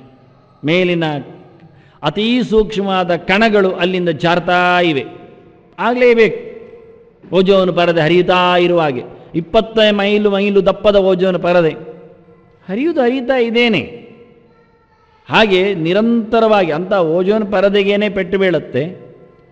ನಿರಂತರವಾದ ಶಾಖೆಗೆ, ನೀರಿಗೆ ಒಡ್ಡಿಕೊಂಡಿರುತ್ತೆ. ಅದಾಯಿತು, ಕುಗ್ಗುವುದಾಯಿತು, ಮತ್ತು ಹಿಗ್ಗುವುದು ಹಾಗೆ ವಾತಾವರಣದಲ್ಲಿ ಬಂದ ಗಾಳಿಯ ಸ್ಪರ್ಶದಲ್ಲಿ, ಗಾಳಿ ಹೊತ್ತು ತಂದಿರುತ್ತದೆ ಕಣದ ಸ್ಪರ್ಶದಲ್ಲಿ ಆ ಬಂಡೆಕಲ್ಲಿನ ಮೇಲೆ ಅಂಟಿಕೊಳ್ಳುತ್ತೆ. ನೀರಿನ ಪಸೆ ಇದ್ದಾಗ, ಗಾಳಿ ಬೀಸಿದಾಗ ಗಾಳಿಯಲ್ಲಿ ಬಂದಿರತಕ್ಕ ಧೂಳಿನ ಕಣಗಳು ಯಾಕೆ ಅಂಟಿಕೊಳ್ಳುವುದಿಲ್ಲ? ಅಂಟಿಕೊಳ್ಳುತ್ತೆ. ಅದರಿಂದ ಸವಕಲವೂ ಇದೆ, ಅದು ಬೆಳೆಯುವುದೂ ಉಂಟು. ಅದರಿಂದ ದೇಹವು ಶರೀರವು ಏಕತ್ರ ಧರ್ಮದಲ್ಲಿ ಸಮಾವೇಶಗೊಳ್ಳುತ್ತದೆ. ನಮ್ಮ ದೇಹ ಬೆಳೆಯುವುದೂ ಉಂಟು, ನಮ್ಮ ದೇಹ ಕುಗ್ಗುವುದೂ ಉಂಟು. ವಾತಾವರಣಕ್ಕೆ ಒಗ್ಗಿಕೊಂಡಾಗೆ ಆಹಾರದ ಪರಿಣಾಮದಿಂದ ನಿರಂತರವಾದ ಸವಕಳಿಯನ್ನು ಪಡಿತಾ ಉಂಟು ಈ ದೇಹ. ಬಗೆ ಬಗೆಯ ಆಹಾರಗಳನ್ನು ಸ್ವೀಕರಿಸುವುದರಿಂದ ನೆತ್ತರ ಮಾಂಸಖಂಡಗಳ ಸ್ನಾಯುಗಳ ವಿಶೇಷವಾಗಿರತಕ್ಕ ವರ್ಧನೆಯಿಂದ ನಮ್ಮದು ಬೆಳೆಯುವುದೂ ಉಂಟು. ದೇಹ ಬೆಳೆಯದೆ ನಾವು ಬೆಳೆಯುವುದಿಲ್ಲ. ದೇಹ ಬೆಳೆಯುವುದರಿಂದ ನಾವು ಬೆಳೆದಿದ್ದೇವೆ ಹೇಳಿಕೊಳ್ಳಿಕ್ಕೆ ನಾವು ಕೂಗುತ್ತಾ ಇದ್ದೇವೆ, ನಾವು ನಾಶ ಆಗ್ತಾ ಇದ್ದೇವೆ. ಹಾಗಾಗಿ ನಾವು ಶರೀರದಲ್ಲಿ ಇದ್ದೇವೆ. ಒಂದೇ ಕಡೆಯಲ್ಲಿ ನಾಶವಿದೆ, ಒಂದೇ ಕಡೆಯಲ್ಲಿ ಬೆಳವಣಿಗೆ ಇದೆ. ಆದ್ದರಿಂದ ಸೃಷ್ಟಿಯು ಲಯವು ಒಟ್ಟೊಟ್ಟಿಗೆ ಇದೆ, ಯಾವುದು ಹೇಳುವಾಗಿಲ್ಲ. ಮಾವಿನಕಾಯಿ ಬಲಿಯಿತು ಬೆಳೆಯಿತು ಅಂದರೆ ಹೌದು, ಅದರ ಹಸಿರುತನವನ್ನು ಕಳೆಕೊಂಡಿತು, ಅದರ ಹುಳಿ ರಸ ಹಾಳಾಯಿತು, ಹೋಯಿತು, ಇನ್ನು ಸಿಹಿ ಆಯಿತು, ಇನ್ನು ಉಪ್ಪಿನಕಾಯಿಗೆ ಬರುವುದಿಲ್ಲ, ಇನ್ನು ಗೊರಟಾಯಿತು, ಇನ್ನು ಕೆತ್ತೆ ಹಾಕಲಿಕ್ಕೆ ಆಗುವುದಿಲ್ಲ, ಕಚ್ಚಿಕೊಳ್ಳಿಕ್ಕೆ ಹೇಳ್ತೇವೆ ನಾವು, ಉಪಯೋಗ ಇಲ್ಲ ಅಂತ. ಹಾಗಾದರೆ ಅದು ಉಪಯೋಗ ಇಲ್ಲ ಆಯಿತು. ಈಗ ಹೇಳ್ತೇವೆ ಬಹಳ ಚೆನ್ನಾಯಿತು, ಇನ್ನು ರಸಾಯನ ಮಾಡಲಿಕ್ಕೆ ಒಳ್ಳೆದಾಯಿತು, ಈಗ ಅದರಲ್ಲಿ ಬೇಕಾದಷ್ಟು ನೀರು, ಅದು ಹೇಳಿದೆವು. ಬೆಳೆಯುವುದು ಹೌದು, ಕಳ್ಕೊಳ್ಳುವುದು ಹೌದು. ಯಾವುದೋ ಒಂದು ಕಳ್ಕೊಳ್ಳುತ್ತೇವೆ, ಯಾವುದೋ ಒಂದು ಬೆಳೀತದೆ. ಅದರಿಂದ ದೇಹವು ಶರೀರ ಒಟ್ಟಿಗಿದೆ. ಅದನ್ನು ಹಿಂದೆ ಹೇಳಿದವು, ಶರೀರ ಯಾತ್ರಾಭಿಚತೆ ನ ಪ್ರಸಿದ್ಧೇತ್ ಅಕರ್ಮಣ ಅಂತ. ಕರ್ಮತ್ಯಾಗದಿಂದ ನಿನ್ನ ದೇಹ ಯಾತ್ರೆ ಆಗುವುದಿಲ್ಲ, ಶರೀರ ಯಾತ್ರೆ ಆಗುವುದಿಲ್ಲ. ಅದನ್ನ ಶರೀರ ಉಂಟು, ಕೆಲಸ ಉಂಟೆ. ಸರ್ವಾತ್ಮನ ಕರ್ಮವನ್ನು ಬಿಟ್ಟಿದ್ದಾನೆ ಅಂತ ಯಾವನೊಬ್ಬನಿಗೂ ಹೇಳಲಿಕ್ಕಿಲ್ಲ ಅಂತ. ಅಲ್ಲ, ದೇಹ ಬರುತ್ತು ಅಂದರೆ ದೇಹ ಅಭಿಮಾನವನ್ನು ಹೊತ್ತವನು ಅಂತ. ಎಲ್ಲಿದೆ ಹಾಗೆ ಹೇಳಿದರೆ ಶರೀರ ಯಾತ್ರೆ ಎನ್ನೆಯಲ್ಲಿ ಸಿಕ್ಕಿಬೀಳುತ್ತೇವೆ ನಾವು. ಒಂದು ವಾಕ್ಯವನ್ನು ಕೂಡಿಸ್ಲಿಕ್ಕೆ ಇನ್ನೊಂದು ವಾಕ್ಯ ಸಿಕ್ಕಿ ಹೋಗಿ, ಕರ್ಮಜ್ಯಾಯೋಹ್ಯ ಕರ್ಮಣಃ ಅದು ಹೇಳಿದ್ದ ಕೃಷ್ಣ. ಸುಮ್ಮನೆ ಇರುವುದಕ್ಕಿಂತ ಏನಾದರೂ ಮಾಡುವುದೇ ಒಳ್ಳೆಯದು ಅಂತ. ಯಾಕೆ? ಮಾಡ್ತಾ ಮಾಡ್ತಾ ಒಳ್ಳೆಯದಾಗತ್ತೆ. ಗೊತ್ತಿಲ್ಲ ಅಂತೇಳಿ ಹಸಿವೆ ಆಗತ್ತೆ, ತಿನ್ನಬೇಕು, ಅಡುಗೆ ಮಾಡಲಿಕ್ಕೆ ಬರೋದಿಲ್ಲ ಆದರೆ ಅದಕ್ಕಿಂತ ಸುಮ್ಮನೆ ಇರೋದು ಒಳ್ಳೆಯದಪ್ಪ. ಎಂಥದೋ ಮಾಡಲಿಕ್ಕೆ ಹೋಗಿ ಏನೂ ಆಗಿಕೊಂಡು ಆಗುವುದಕ್ಕಿಂತ ಸುಮ್ಮನೆ ಇರೋದು ಇರಲಿಕ್ಕಾಗುತ್ತೆ. ಸುಮ್ಮನೆ ಸಾಯ್ತಾನೆ. ಕೊನೆಗೆ ಹೇಳ್ತಾನೆ, ಎಂತ ಆದರೂ ಮಾಡುವುದು, ನಾಳೆ ಸರಿಯಾಗಿದೆ, ಇವತ್ತೇನು ಹೆಚ್ಚಾಯಿತು ಗೊತ್ತಾಗತ್ತೆ, ನಾಳೆ ಕಮ್ಮಿ ಹಾಕಿದ್ರೆ ಆಯ್ತದನ್ನು ಅಷ್ಟೇ ಅಲ್ವಾ? ಹೀಗೆ ಮಾಡಿಕೊಂಡು ಹೋಗ್ತಾನೆ. ಕರ್ಮಜ್ಯಾಯೋಹಿ ಅಕರ್ಮಣ ಅಂತ. ಸುಮ್ಮನೆ ಇರುವುದಕ್ಕಿಂತ ಏನಾದರೂ ಮಾಡೋದು ಒಳ್ಳೆಯದು. ಏನಾದರೂ ಮಾಡುತ್ತಾ ಸರಿಯಾಗಲಿಕ್ಕೆ ಬರ್ತದೆ. ಕರ್ಮಣ ಜ್ಞಾನ ಮಾತನೋತಿ. ಮಾಡುತ್ತಾ ಕಲಿಬೇಕು ಹೊರತು ಕಲಿತು ಮಾಡುತ್ತೇನೆ ಹೇಳಿದರೆ ಆಗುವುದೇ ಇಲ್ಲ ಅಂತ. ನಾನು ಚೆನ್ನಾಗಿ ಎಲ್ಲಿ ಒತ್ತಬೇಕು, ಕಾಲಿನಲ್ಲಿ ಬಲಕಾಲಲ್ಲಿ ಎಷ್ಟು ಒತ್ತಬೇಕು, ಎಡಕಾಲಲ್ಲಿ ಯಾವುದನ್ನು ಒತ್ತಬೇಕು, ಯಾವುದನ್ನು ಹಿಡ್ಕೊಂಡು ಹಿಡಿಬೇಕು, ಯಾವುದನ್ನು ತಿರುಗಿಸಬೇಕು, ಎಲ್ಲ ಕಲಿತುಕೊಳ್ಳುತ್ತೇನೆ. ಮತ್ತೆ ನಾನು ವಾಹನದಲ್ಲಿ ಕೂತ್ಕೊಂಡು ಚಲಾವಣೆ ಮಾಡ್ತೇನೆ ಅಂದರೆ ಅದಾಗೋದಿಲ್ಲ ಅಂತ. ನೀನು ಅದರಲ್ಲಿ ಹೋಗಿಕೊಂಡೇ ತಿರುಗಿಸಬೇಕು, ಒತ್ತಬೇಕು, ಎಲ್ಲ ಮಾಡಬೇಕು. ಅದನ್ನು ಪ್ರತ್ಯೇಕ ಇಲ್ಲ. ಆಯಿತು, ಎಕ್ಸಲೇಟರ್ ಎಷ್ಟು ಒತ್ತುವುದು, ಬ್ರೇಕ್ ಯಾವಾಗ ಒತ್ತುವುದು, ಕ್ಲಚ್ ಯಾವಾಗ ಹಾಕೋದು, ಬ್ರೇಕಿಗೆ ಗೇರಿಯಾಗಿ ಹಿಡಿಯುವುದು ಎಲ್ಲ ಹೇಳಿಕೊಂಡು ಕೂತು ಅದನ್ನು ಮುಟ್ಲಿಕ್ಕಿಲ್ಲ. ಅದು ತಿಳ್ಕೊಳ್ಳೋದು ಜ್ಞಾನ, ಪರಿಜ್ಞಾನ. ಬಲಕ್ಕೆ ತಿರುಗಬೇಕಾದ್ರೆ ಎಷ್ಟು ಸ್ಟೇರಿಂಗ್ ತಿರುಗಿಸಬೇಕು, ಯಾವ ಹಂತದಲ್ಲಿ ಬರಬೇಕು, ಎಲ್ಲ ಮುಟ್ಲಿಕ್ಕಿಲ್ಲ ವಾಹನವನ್ನು, ಎಲ್ಲ ಕಲಿತುಕೊಳ್ಳುವುದು ಅಂತ. ಸರಿಯಾಯಿತು, ಈಗ ಕಾಲೆಲ್ಲ ಅಭ್ಯಾಸ ಮಾಡಿದ್ದಾನೆ ಯಕ್ಷಗಾನದ ಹಾಗೆ, ಎಷ್ಟು ಎತ್ತಬೇಕು ಎಷ್ಟು ಇಡಬೇಕು ಎಲ್ಲ ಆಯಿತು. ಮತ್ತೆ ಹೋಗಿ ಕೂತ್ಕೊಂಡು ಮಾಡ್ತೇನೆ ಅಂದರೆ ಅದು ಎಲ್ಲಿಯೋ ಹೋಗಿರ್ತದೆ, ಆಗುವುದಿಲ್ಲ. ಕರ್ಮಣ ಮಾಡ್ತಾ ಮಾಡ್ತಾ ಜ್ಞಾನವನ್ನು ಸಂಪಾದನೆ ಮಾಡಲಿಕ್ಕೆ, ಸರಿ ಮಾಡಿಕೊಂಡು ಹೋಗಲಿಕ್ಕೆ ಅರ್ಥ ಆಗುತ್ತೆ. ಇದು ಹೊಸತ್ತು ಗಾಡಿ ಆದರೆ ಸ್ವಲ್ಪವೇ ಹೊತ್ತು ಬೇಕು, ಇದು ಹಳತ್ತು ಎಷ್ಟೊತ್ತಿಗೆ ಹೋಗೋದಿಲ್ಲ ಆದರೆ ಕಲ್ಲ ಬಂಡೆ ಇಡಬೇಕು, ಅದಕ್ಕೆ ಎಲ್ಲ ಗೊತ್ತಾಗುತ್ತೆ, ಮುಂದೆ ಹೋಗ್ತದೆ ಅದು ಮತ್ತೆ ವಾಹನ ಹೋಗಬೇಕಾದ್ರೆ. ಹೀಗೆ ಅಭ್ಯಾಸ ಆಗಿಕೊಂಡು ಹೋಗುತ್ತಾರೆ. ಕರ್ಮದಿಂದಲೇ ಜ್ಞಾನ, ಕರ್ಮ ಮಾಡೋದಿಲ್ಲ ಅಂದರೆ ಕರ್ಮ ಜಾಯೋಹ್ಯ ಕರ್ಮಣ ಅಂದಿದ್ದಾನೆ. ದೇಹಾಭಿಮಾನವನ್ನು ಅಂದರೆ ದೇಹ ಅಭಿಮಾನ ಇಲ್ಲದೆ ಕೆಲಸ ಮಾಡಲಿಕ್ಕೆ ಬರುವುದಿಲ್ಲ. ಅಭಿಮಾನ ಬಿಟ್ಟವ ಅಂತ ಹೇಳಿದರೆ ಏನರ್ಥ? ಇದು ನನ್ನ ದೇಹವೇ ಅಲ್ಲ. ಹಾಗಾದ್ರೆ ಊಟ ಯಾರಿಗೆ? ಉಸಿರಾಟ ಯಾರಿಗೆ? ಊಟ ಅಂದರೆ ಖಾಲಿ ಊಟ ಅಲ್ಲ, ಅದು ಅನ್ನ ತಟ್ಟೆಯಿಂದ ತೆಗೆದು ಹೊಟ್ಟೆಗೆ ಹಾಕಿದರೆ ಮೂಗಿನಿಂದ ಹೇಳ್ಕೊಳ್ಳುವ ಗಾಳಿ ಉಂಟಲ್ಲ, ಅದು ಉಸಿರಾಟ. ಆ ಊಟಕ್ಕಿಂತ ಇದು ಮುಖ್ಯ. ಇದು ಪ್ರತಿ ತುತ್ತಿನಲ್ಲಿ 4 ಆಗುತ್ತೆ. ಎಲ್ಲಿಯಾದರೂ ಉಸಿರು ನಿಲ್ಲಿಸಿ ಊಟ ಮಾಡಲಿಕ್ಕೆ ಆಗೋದಿಲ್ಲ ಯಾರಿಗೂ. ಮೂಗಿಡಿದು ಊಟ ಮಾಡುವ ಅಂದರೆ 2 ತುತ್ತು ಸಾಯ್ತಾನೆ, 3ನೇ ತುತ್ತಲ್ಲಿ ಇಲ್ಲ. ಉಸಿರಾಟದೊಟ್ಟಿಗೆ ಊಟ. ಯಾವ ಕರ್ಮ ಇದ್ದರೂ ಉಸಿರಾಟ ಬದಿ ಇಡಲಿಕ್ಕಿಲ್ಲ. ಏನು ಮಾಡುವೀಗ? ಆಗುವುದಿಲ್ಲ ಅಂತ. ಆದ್ದರಿಂದ ವಾಸ್ತವವಾಗಿ ಅಭಿಮಾನ ತೊಟ್ಟರೆ ಅಭಿಮಾನವನ್ನು ಸರ್ವಾತ್ಮನ ಬಿಡಲಿಕ್ಕೆ ಆಗುವುದಿಲ್ಲ. ಅಭಿಮಾನ ಬಿಡುವುದರಿಂದ ಕರ್ಮ ಬಿಟ್ಟಿದ್ದಾನೆ, ಅವನಿಗೆ ಸಂಬಂಧ ಇಲ್ಲ ಹೇಳಲಿಕ್ಕೆ ಬರುವುದಿಲ್ಲ, ಅದು ಅರ್ಥವೇ ಅಲ್ಲ. ಆದ್ದರಿಂದ ಇಲ್ಲಿ ದೇಹ ಬರುತ್ತು ಅಂದರೆ ದೇಹಾಭಿಮಾನವುಳ್ಳವ, ಅದನ್ನು ದೇಹಾಭಿಮಾನವುಳ್ಳವ ಅಂದರೆ ಅಜ್ಞ ಅಂತ ಅರ್ಥ, ಏನು ಗೊತ್ತಿಲ್ಲದವ ದಡ್ಡ ಅಂತ ಅರ್ಥ, ಜ್ಞಾನಿ ಅಲ್ಲ ಅಂತ ಅರ್ಥ. ಜ್ಞಾನಿ ಅಲ್ಲದವನಿಗೆ ಎಲ್ಲ ಕರ್ಮ ಬಿಡಲಿಕ್ಕಿಲ್ಲ, ಅವನು ಕರ್ಮ ಮಾಡಬೇಕು. ಜ್ಞಾನಿ ಆದವ ಕರ್ಮ ಬಿಡ್ಬೋದು. ಇದು ಒಳ್ಳೆ ಕಥೆ ಆಯಿತು. ಜ್ಞಾನಿ ಆದ ಉಸಿರಾಟ ನಿಲ್ಲಿಸುವುದಾ? ನನಗೆ ಜ್ಞಾನ ಉಂಟು, ದೇವರು ಗೊತ್ತುಂಟು, ನಾನು ದೇವರು ಅಂತಲೂ ಗೊತ್ತುಂಟು, ಅದಕ್ಕೆ ಮೂಗಿಡಿದ್ದೇನೆ, ಹಾಗಾದ್ರೆ ಒಳ್ಳೆಯದಾಯಿತು, ಸಂತೋಷ. ಆದಷ್ಟು ಜನ ಆದರೂ ಖಾಲಿ ಆಗುತ್ತೆ, ನಾನು ದೇವರು ಹೇಳುವವರು ಎಲ್ಲ ಮೂಗಿಡ್ಕೊಳ್ಳಿ. ದೇವರಲ್ವ, ಸಾಯುವುದು ಪ್ರಶ್ನೆ ಇಲ್ಲ, ಮತ್ತೇನು ಮೂಗಿಡಿದ್ರೂ ಆಗುವುದೇನೂ ಇಲ್ಲ, ಉಪಯೋಗ ಏನಾಗುತ್ತೆ? ಅದನ್ನು ಆಗುವುದಿಲ್ಲ ಅಂದರೆ ದೇಹಾಭಿಮಾನ ಬಿಟ್ಟದ್ದರಿಂದ, ದೇಹಾಭಿಮಾನ ಉಳ್ಳವರಿಗೆ ಕರ್ಮ, ದೇಹ ಅಭಿಮಾನ ಬಿಟ್ಟವರು ಕರ್ಮವನ್ನು ಬಿಡಬೇಕು ಅಂದರೆ ದೇಹಾಭಿಮಾನ ಬಿಡಲಿಕ್ಕೆ ಬರುವುದಿಲ್ಲ. ಚತುರ್ಮುಖನಿಗೂ ನಾನು ಬ್ರಹ್ಮಾಂಡದ ಅರಸ ಎನ್ನತಕ್ಕಂಥ ಎಚ್ಚರ ಇದೆ. ನಾನು ಬ್ರಹ್ಮಾಂಡದ ಒಡೆಯನಿದ್ದೇನೆ ಅಂತ ಅಹಂ ಇಲ್ಲ, ಅಹಂಕಾರ ಇಲ್ಲ. ನನಗೇ ಸಿಕ್ಕಿದ್ದು ಒಡೆತನ, ನನ್ನ ಯೋಗ್ಯತೆಯಲ್ಲಿ ಬಂದದ್ದು ಎನ್ನತಕ್ಕಂತಹ ಅಹಂ ಇಲ್ಲ. ಅದರ ಬದಲಿಗೆ ಭಗವಂತನ ಈ ದೊಡ್ಡ ಕೊಡುಗೆಯಾದ ಬ್ರಹ್ಮಾಂಡವನ್ನು ನಾನು ಕಲ್ಪದವರೆಗೆ ನೋಡಿಕೊಂಡು ನನ್ನ ಅಧಿಕಾರದಲ್ಲಿ ಭಗವಂತನ ಸೇವೆಯನ್ನು ನಡೆಸಬೇಕೆನ್ನತಕ್ಕಂತಹ ತರಾತುರಿ ಇದೆ, ಮಾಡಬೇಕೆನ್ನೋದು ಹುಮ್ಮಸ್ಸು ಇದೆ. ಇದೇ 4 ಮೋರೆಯಿಂದ ಅದರ ವೇದದ ಆವಿಷ್ಕಾರ ಮಾಡಿಕೊಂಡು ದೇವರ ಸೇವೆ ಮಾಡಬೇಕೆನ್ನತಕ್ಕಂತಹ ಅತಿ ಪ್ರಯತ್ನವನಲ್ಲಿದೆ. ಅದೇ ಒಂದು ಸಣ್ಣ ಕೊರತೆ ಅಂತಲೇ ಹೆಸರಿದೆ ಅವನಿಗೆ. ಮಹಾಪ್ರಯತ್ನದಿಂದ ಅತ್ಯುತ್ಸಾಹವರ್ಜನಂ, ಅವರಲ್ಲಿರತಕ್ಕ ಒಂದು ಸಣ್ಣ ದೋಷ ಅದು. ಅವರಿಗೆ ಹೇಳಿದ್ದಷ್ಟು ಉತ್ಸಾಹದಲ್ಲಿ ಅವರಿಲ್ಲ. ಎಲ್ಲರಿಗೂ ಅದೇ ದೋಷ, ದೊಡ್ಡ ದೋಷ ಅದೇ, ಉತ್ಸಾಹ ಇಲ್ಲ. ಮತ್ತೆ ಎರಡನೇದ್ದು ತಾಳ್ಮೆಯೂ ಇಲ್ಲ. ಉತ್ಸಾಹ ಮೊದಲೇ ಇಲ್ಲ. ಬೇಕಾದಷ್ಟು ಕಷ್ಟಪಟ್ಟು ಆದಷ್ಟು ಮುಂಚೂಣಿಯಲ್ಲಿ ನಿಂತು ಕೆಲಸ ನನ್ನ ಪ್ರಯತ್ನದಲ್ಲಿ ಮಾಡ್ತೇನೆ ಅನ್ನತಕ್ಕಂಥ ಉತ್ಸಾಹ ಶಕ್ತಿ ನಮಗೆ ಕಮ್ಮಿ ಇದೆ. ಮಾಡಿದರೆ ಆಗುತ್ತೆ, ಗುರಿ ಮುಡುತ್ತೇವೆ, ಅದೇ ಕಮ್ಮಿ. ನಾಳೆ ಮಾಡುವ ಅಂತ ಸೋಮಾರಿತನ. ಇನ್ನೊಂದು, ಉತ್ಸಾಹ ಪಟ್ಟಾಗ ಫಲ ಕೂಡಲೇ ಸಿಗಬೇಕು ನಮಗೆ. ತಾಳಯ್ಯ, ಹಾಲು ಕರೆದ ತಕ್ಷಣ ತುಪ್ಪ ಸಿಗುವುದಿಲ್ಲ, ಕೆಲಸ ಸುಮಾರಿದೆ, ಒಂದೊಂದು ದಿನ ಕಾಯಲೇಬೇಕು. ಯಾಕೆ? ಮೊಸರು ಆಗಲಿಕ್ಕೆ. ಮತ್ತೊಂದು ದಿನ ಕಾಯಲೇಬೇಕು, ಯಾಕೆಂದರೆ ಮಥನ ಮಾಡಿ ಬೆಣ್ಣೆ ತೆಗಿಬೇಕಲ್ಲ. ಎಲ್ಲ ಒಂದೇ ದಿವಸ. ಹಾಲು ಕರೆದ ತಕ್ಷಣ ಕಾಯಿಸಿ, ಕಾಯಿದ ತಕ್ಷಣ ಹೆಪ್ಪಾಕಿದ ತಕ್ಷಣ ಕಲಡಿಸಿ ಬೆಣ್ಣೆ ತೆಗೀರಿ, ಆವತ್ತೇ ತುಪ್ಪ ಹಾಕಿ ಈಗಲೇ ತಿನ್ನೆ. ಕೊಟ್ಟಿಗೆಯಲ್ಲೇ ಹಲ್ಲು ಕರೆದ ತಕ್ಷಣ ತುಪ್ಪ ಆಗಲಿಕ್ಕೆ ಆಗುವುದಿಲ್ಲ ಆಗೋದಿಲ್ಲ ಅಂತ, ಅದು ಹಾಳು ಅಂತಾನೆ. ಅದಕ್ಕೆ ದಿನವಹಿ ಉಂಟು, ವ್ಯವಸ್ಥೆ ಉಂಟು ಅಂತಾನೆ. ಹೀಗೆ ಪ್ರತಿಯೊಂದು ಹುಟ್ಟಿದ ತಕ್ಷಣವೇ ಮಗು ಚಕ್ಕುಲಿಯನ್ನು ತಿನ್ನುವುದಿಲ್ಲ, ಕಡುಬು ತಿನ್ನಿಸ್ಲಿಕ್ಕೂ ಆಗುವುದಿಲ್ಲ. ಅದಕ್ಕೆ ಬಹಳ ದಿನ ಹೋದ, ಅದಕ್ಕೆ ಹೇಳುತ್ತೇವೆ, ಬೇಕಾದ್ರೆ ಕಡುಬೊಂದು ಕೊಡುವ ಆಡಲಿಕ್ಕೆ, ತಿನ್ನಲಿಕ್ಕಲ್ಲ, ಆಡಲಿಕ್ಕೆ. ಅದು ಆಡುತ್ತೆ ಅಷ್ಟೇ, ಅದು ಇಟ್ಕೊಂಡು ಸುಮಾರು ಹೊತ್ತು ಆಡಬಹುದು, ಇನ್ನೇನು ಆಗುವುದಿಲ್ಲ. ಹಾಗಾಗಿ ವಾಸ್ತವವಾಗಿ ತಾಳ್ಮೆ, ಅದರೊಟ್ಟಿಗೆ ಉತ್ಸಾಹ, ಇದು ಎರಡು ಒಟ್ಟಾದಾಗ ಅವರಿಗೆ ತಾಳ್ಮೆ ಇದೆ, ಆದರೆ ಉತ್ಸಾಹ ಕಡಿಮೆ ಇದೆ ಅಂತ ಅವರದೊಂದು ಸಣ್ಣ ದೋಷ ಅಷ್ಟೆ. ಮಹಾಪ್ರಯತ್ನ ಅವರು ಮಾಡಲಿಕ್ಕೆ ಹೋಗ್ತಾ ಇಲ್ಲ ಅಂತ. ಅಂತಹ ಅದ್ಭುತವಾದಂಥ ಅಭಿಮಾನ ಇಲ್ಲದೇ ಇದ್ದಲ್ಲಿ, ತಾನು ಮಾಡಬೇಕು ದೇವರ ಸೇವೆ ಎನ್ನತಕ್ಕ ಯೋಚನೆ ಇಲ್ಲದೇ ಇದ್ದಲ್ಲಿ ನಡೆಯುವುದಿಲ್ಲ. ಅದನ್ನ ದೇಹ ವೃತ ಎನ್ನುವಲ್ಲಿ ದೇಹಾಭಿಮಾನವುಳ್ಳವನಿಗೆ ಕರ್ಮ ಬಿಡಲಿಕ್ಕೆ ಆಗುವುದಿಲ್ಲ, ದೇಹಾಭಿಮಾನ ತೊಟ್ಟವನಿಗೆ ಕರ್ಮ ಬಿಡಲಿಕ್ಕೆ ಬರ್ತದೆ ಹೇಳುವುದು ಅಪ್ರಾಯೋಗಿಕ. ಒಬ್ಬನನ್ನು ತೋರಿಸಿಕೊಡಿ, ದೇಹಾಭಿಮಾನ ಬಿಟ್ಟವನು ಅಂತ. ದೇಹಾಭಿಮಾನ ಬಿಟ್ಟವನು ಅಂದರೆ ಊಟ ಮಾಡುವುದಿಲ್ಲ, ಉಸಿರಾಡುವುದಿಲ್ಲ, ನಿಲ್ಲುವುದಿಲ್ಲ, ಕೂತ್ಕೊಳ್ಳುವುದಿಲ್ಲ, ಇರುವುದಿಲ್ಲ, ಹೆಣ ಇರ್ತಾನೆ ಅಷ್ಟೇ, ಸಾಧ್ಯವೇ ಇಲ್ಲ ಅಂದನು ಕೃಷ್ಣ.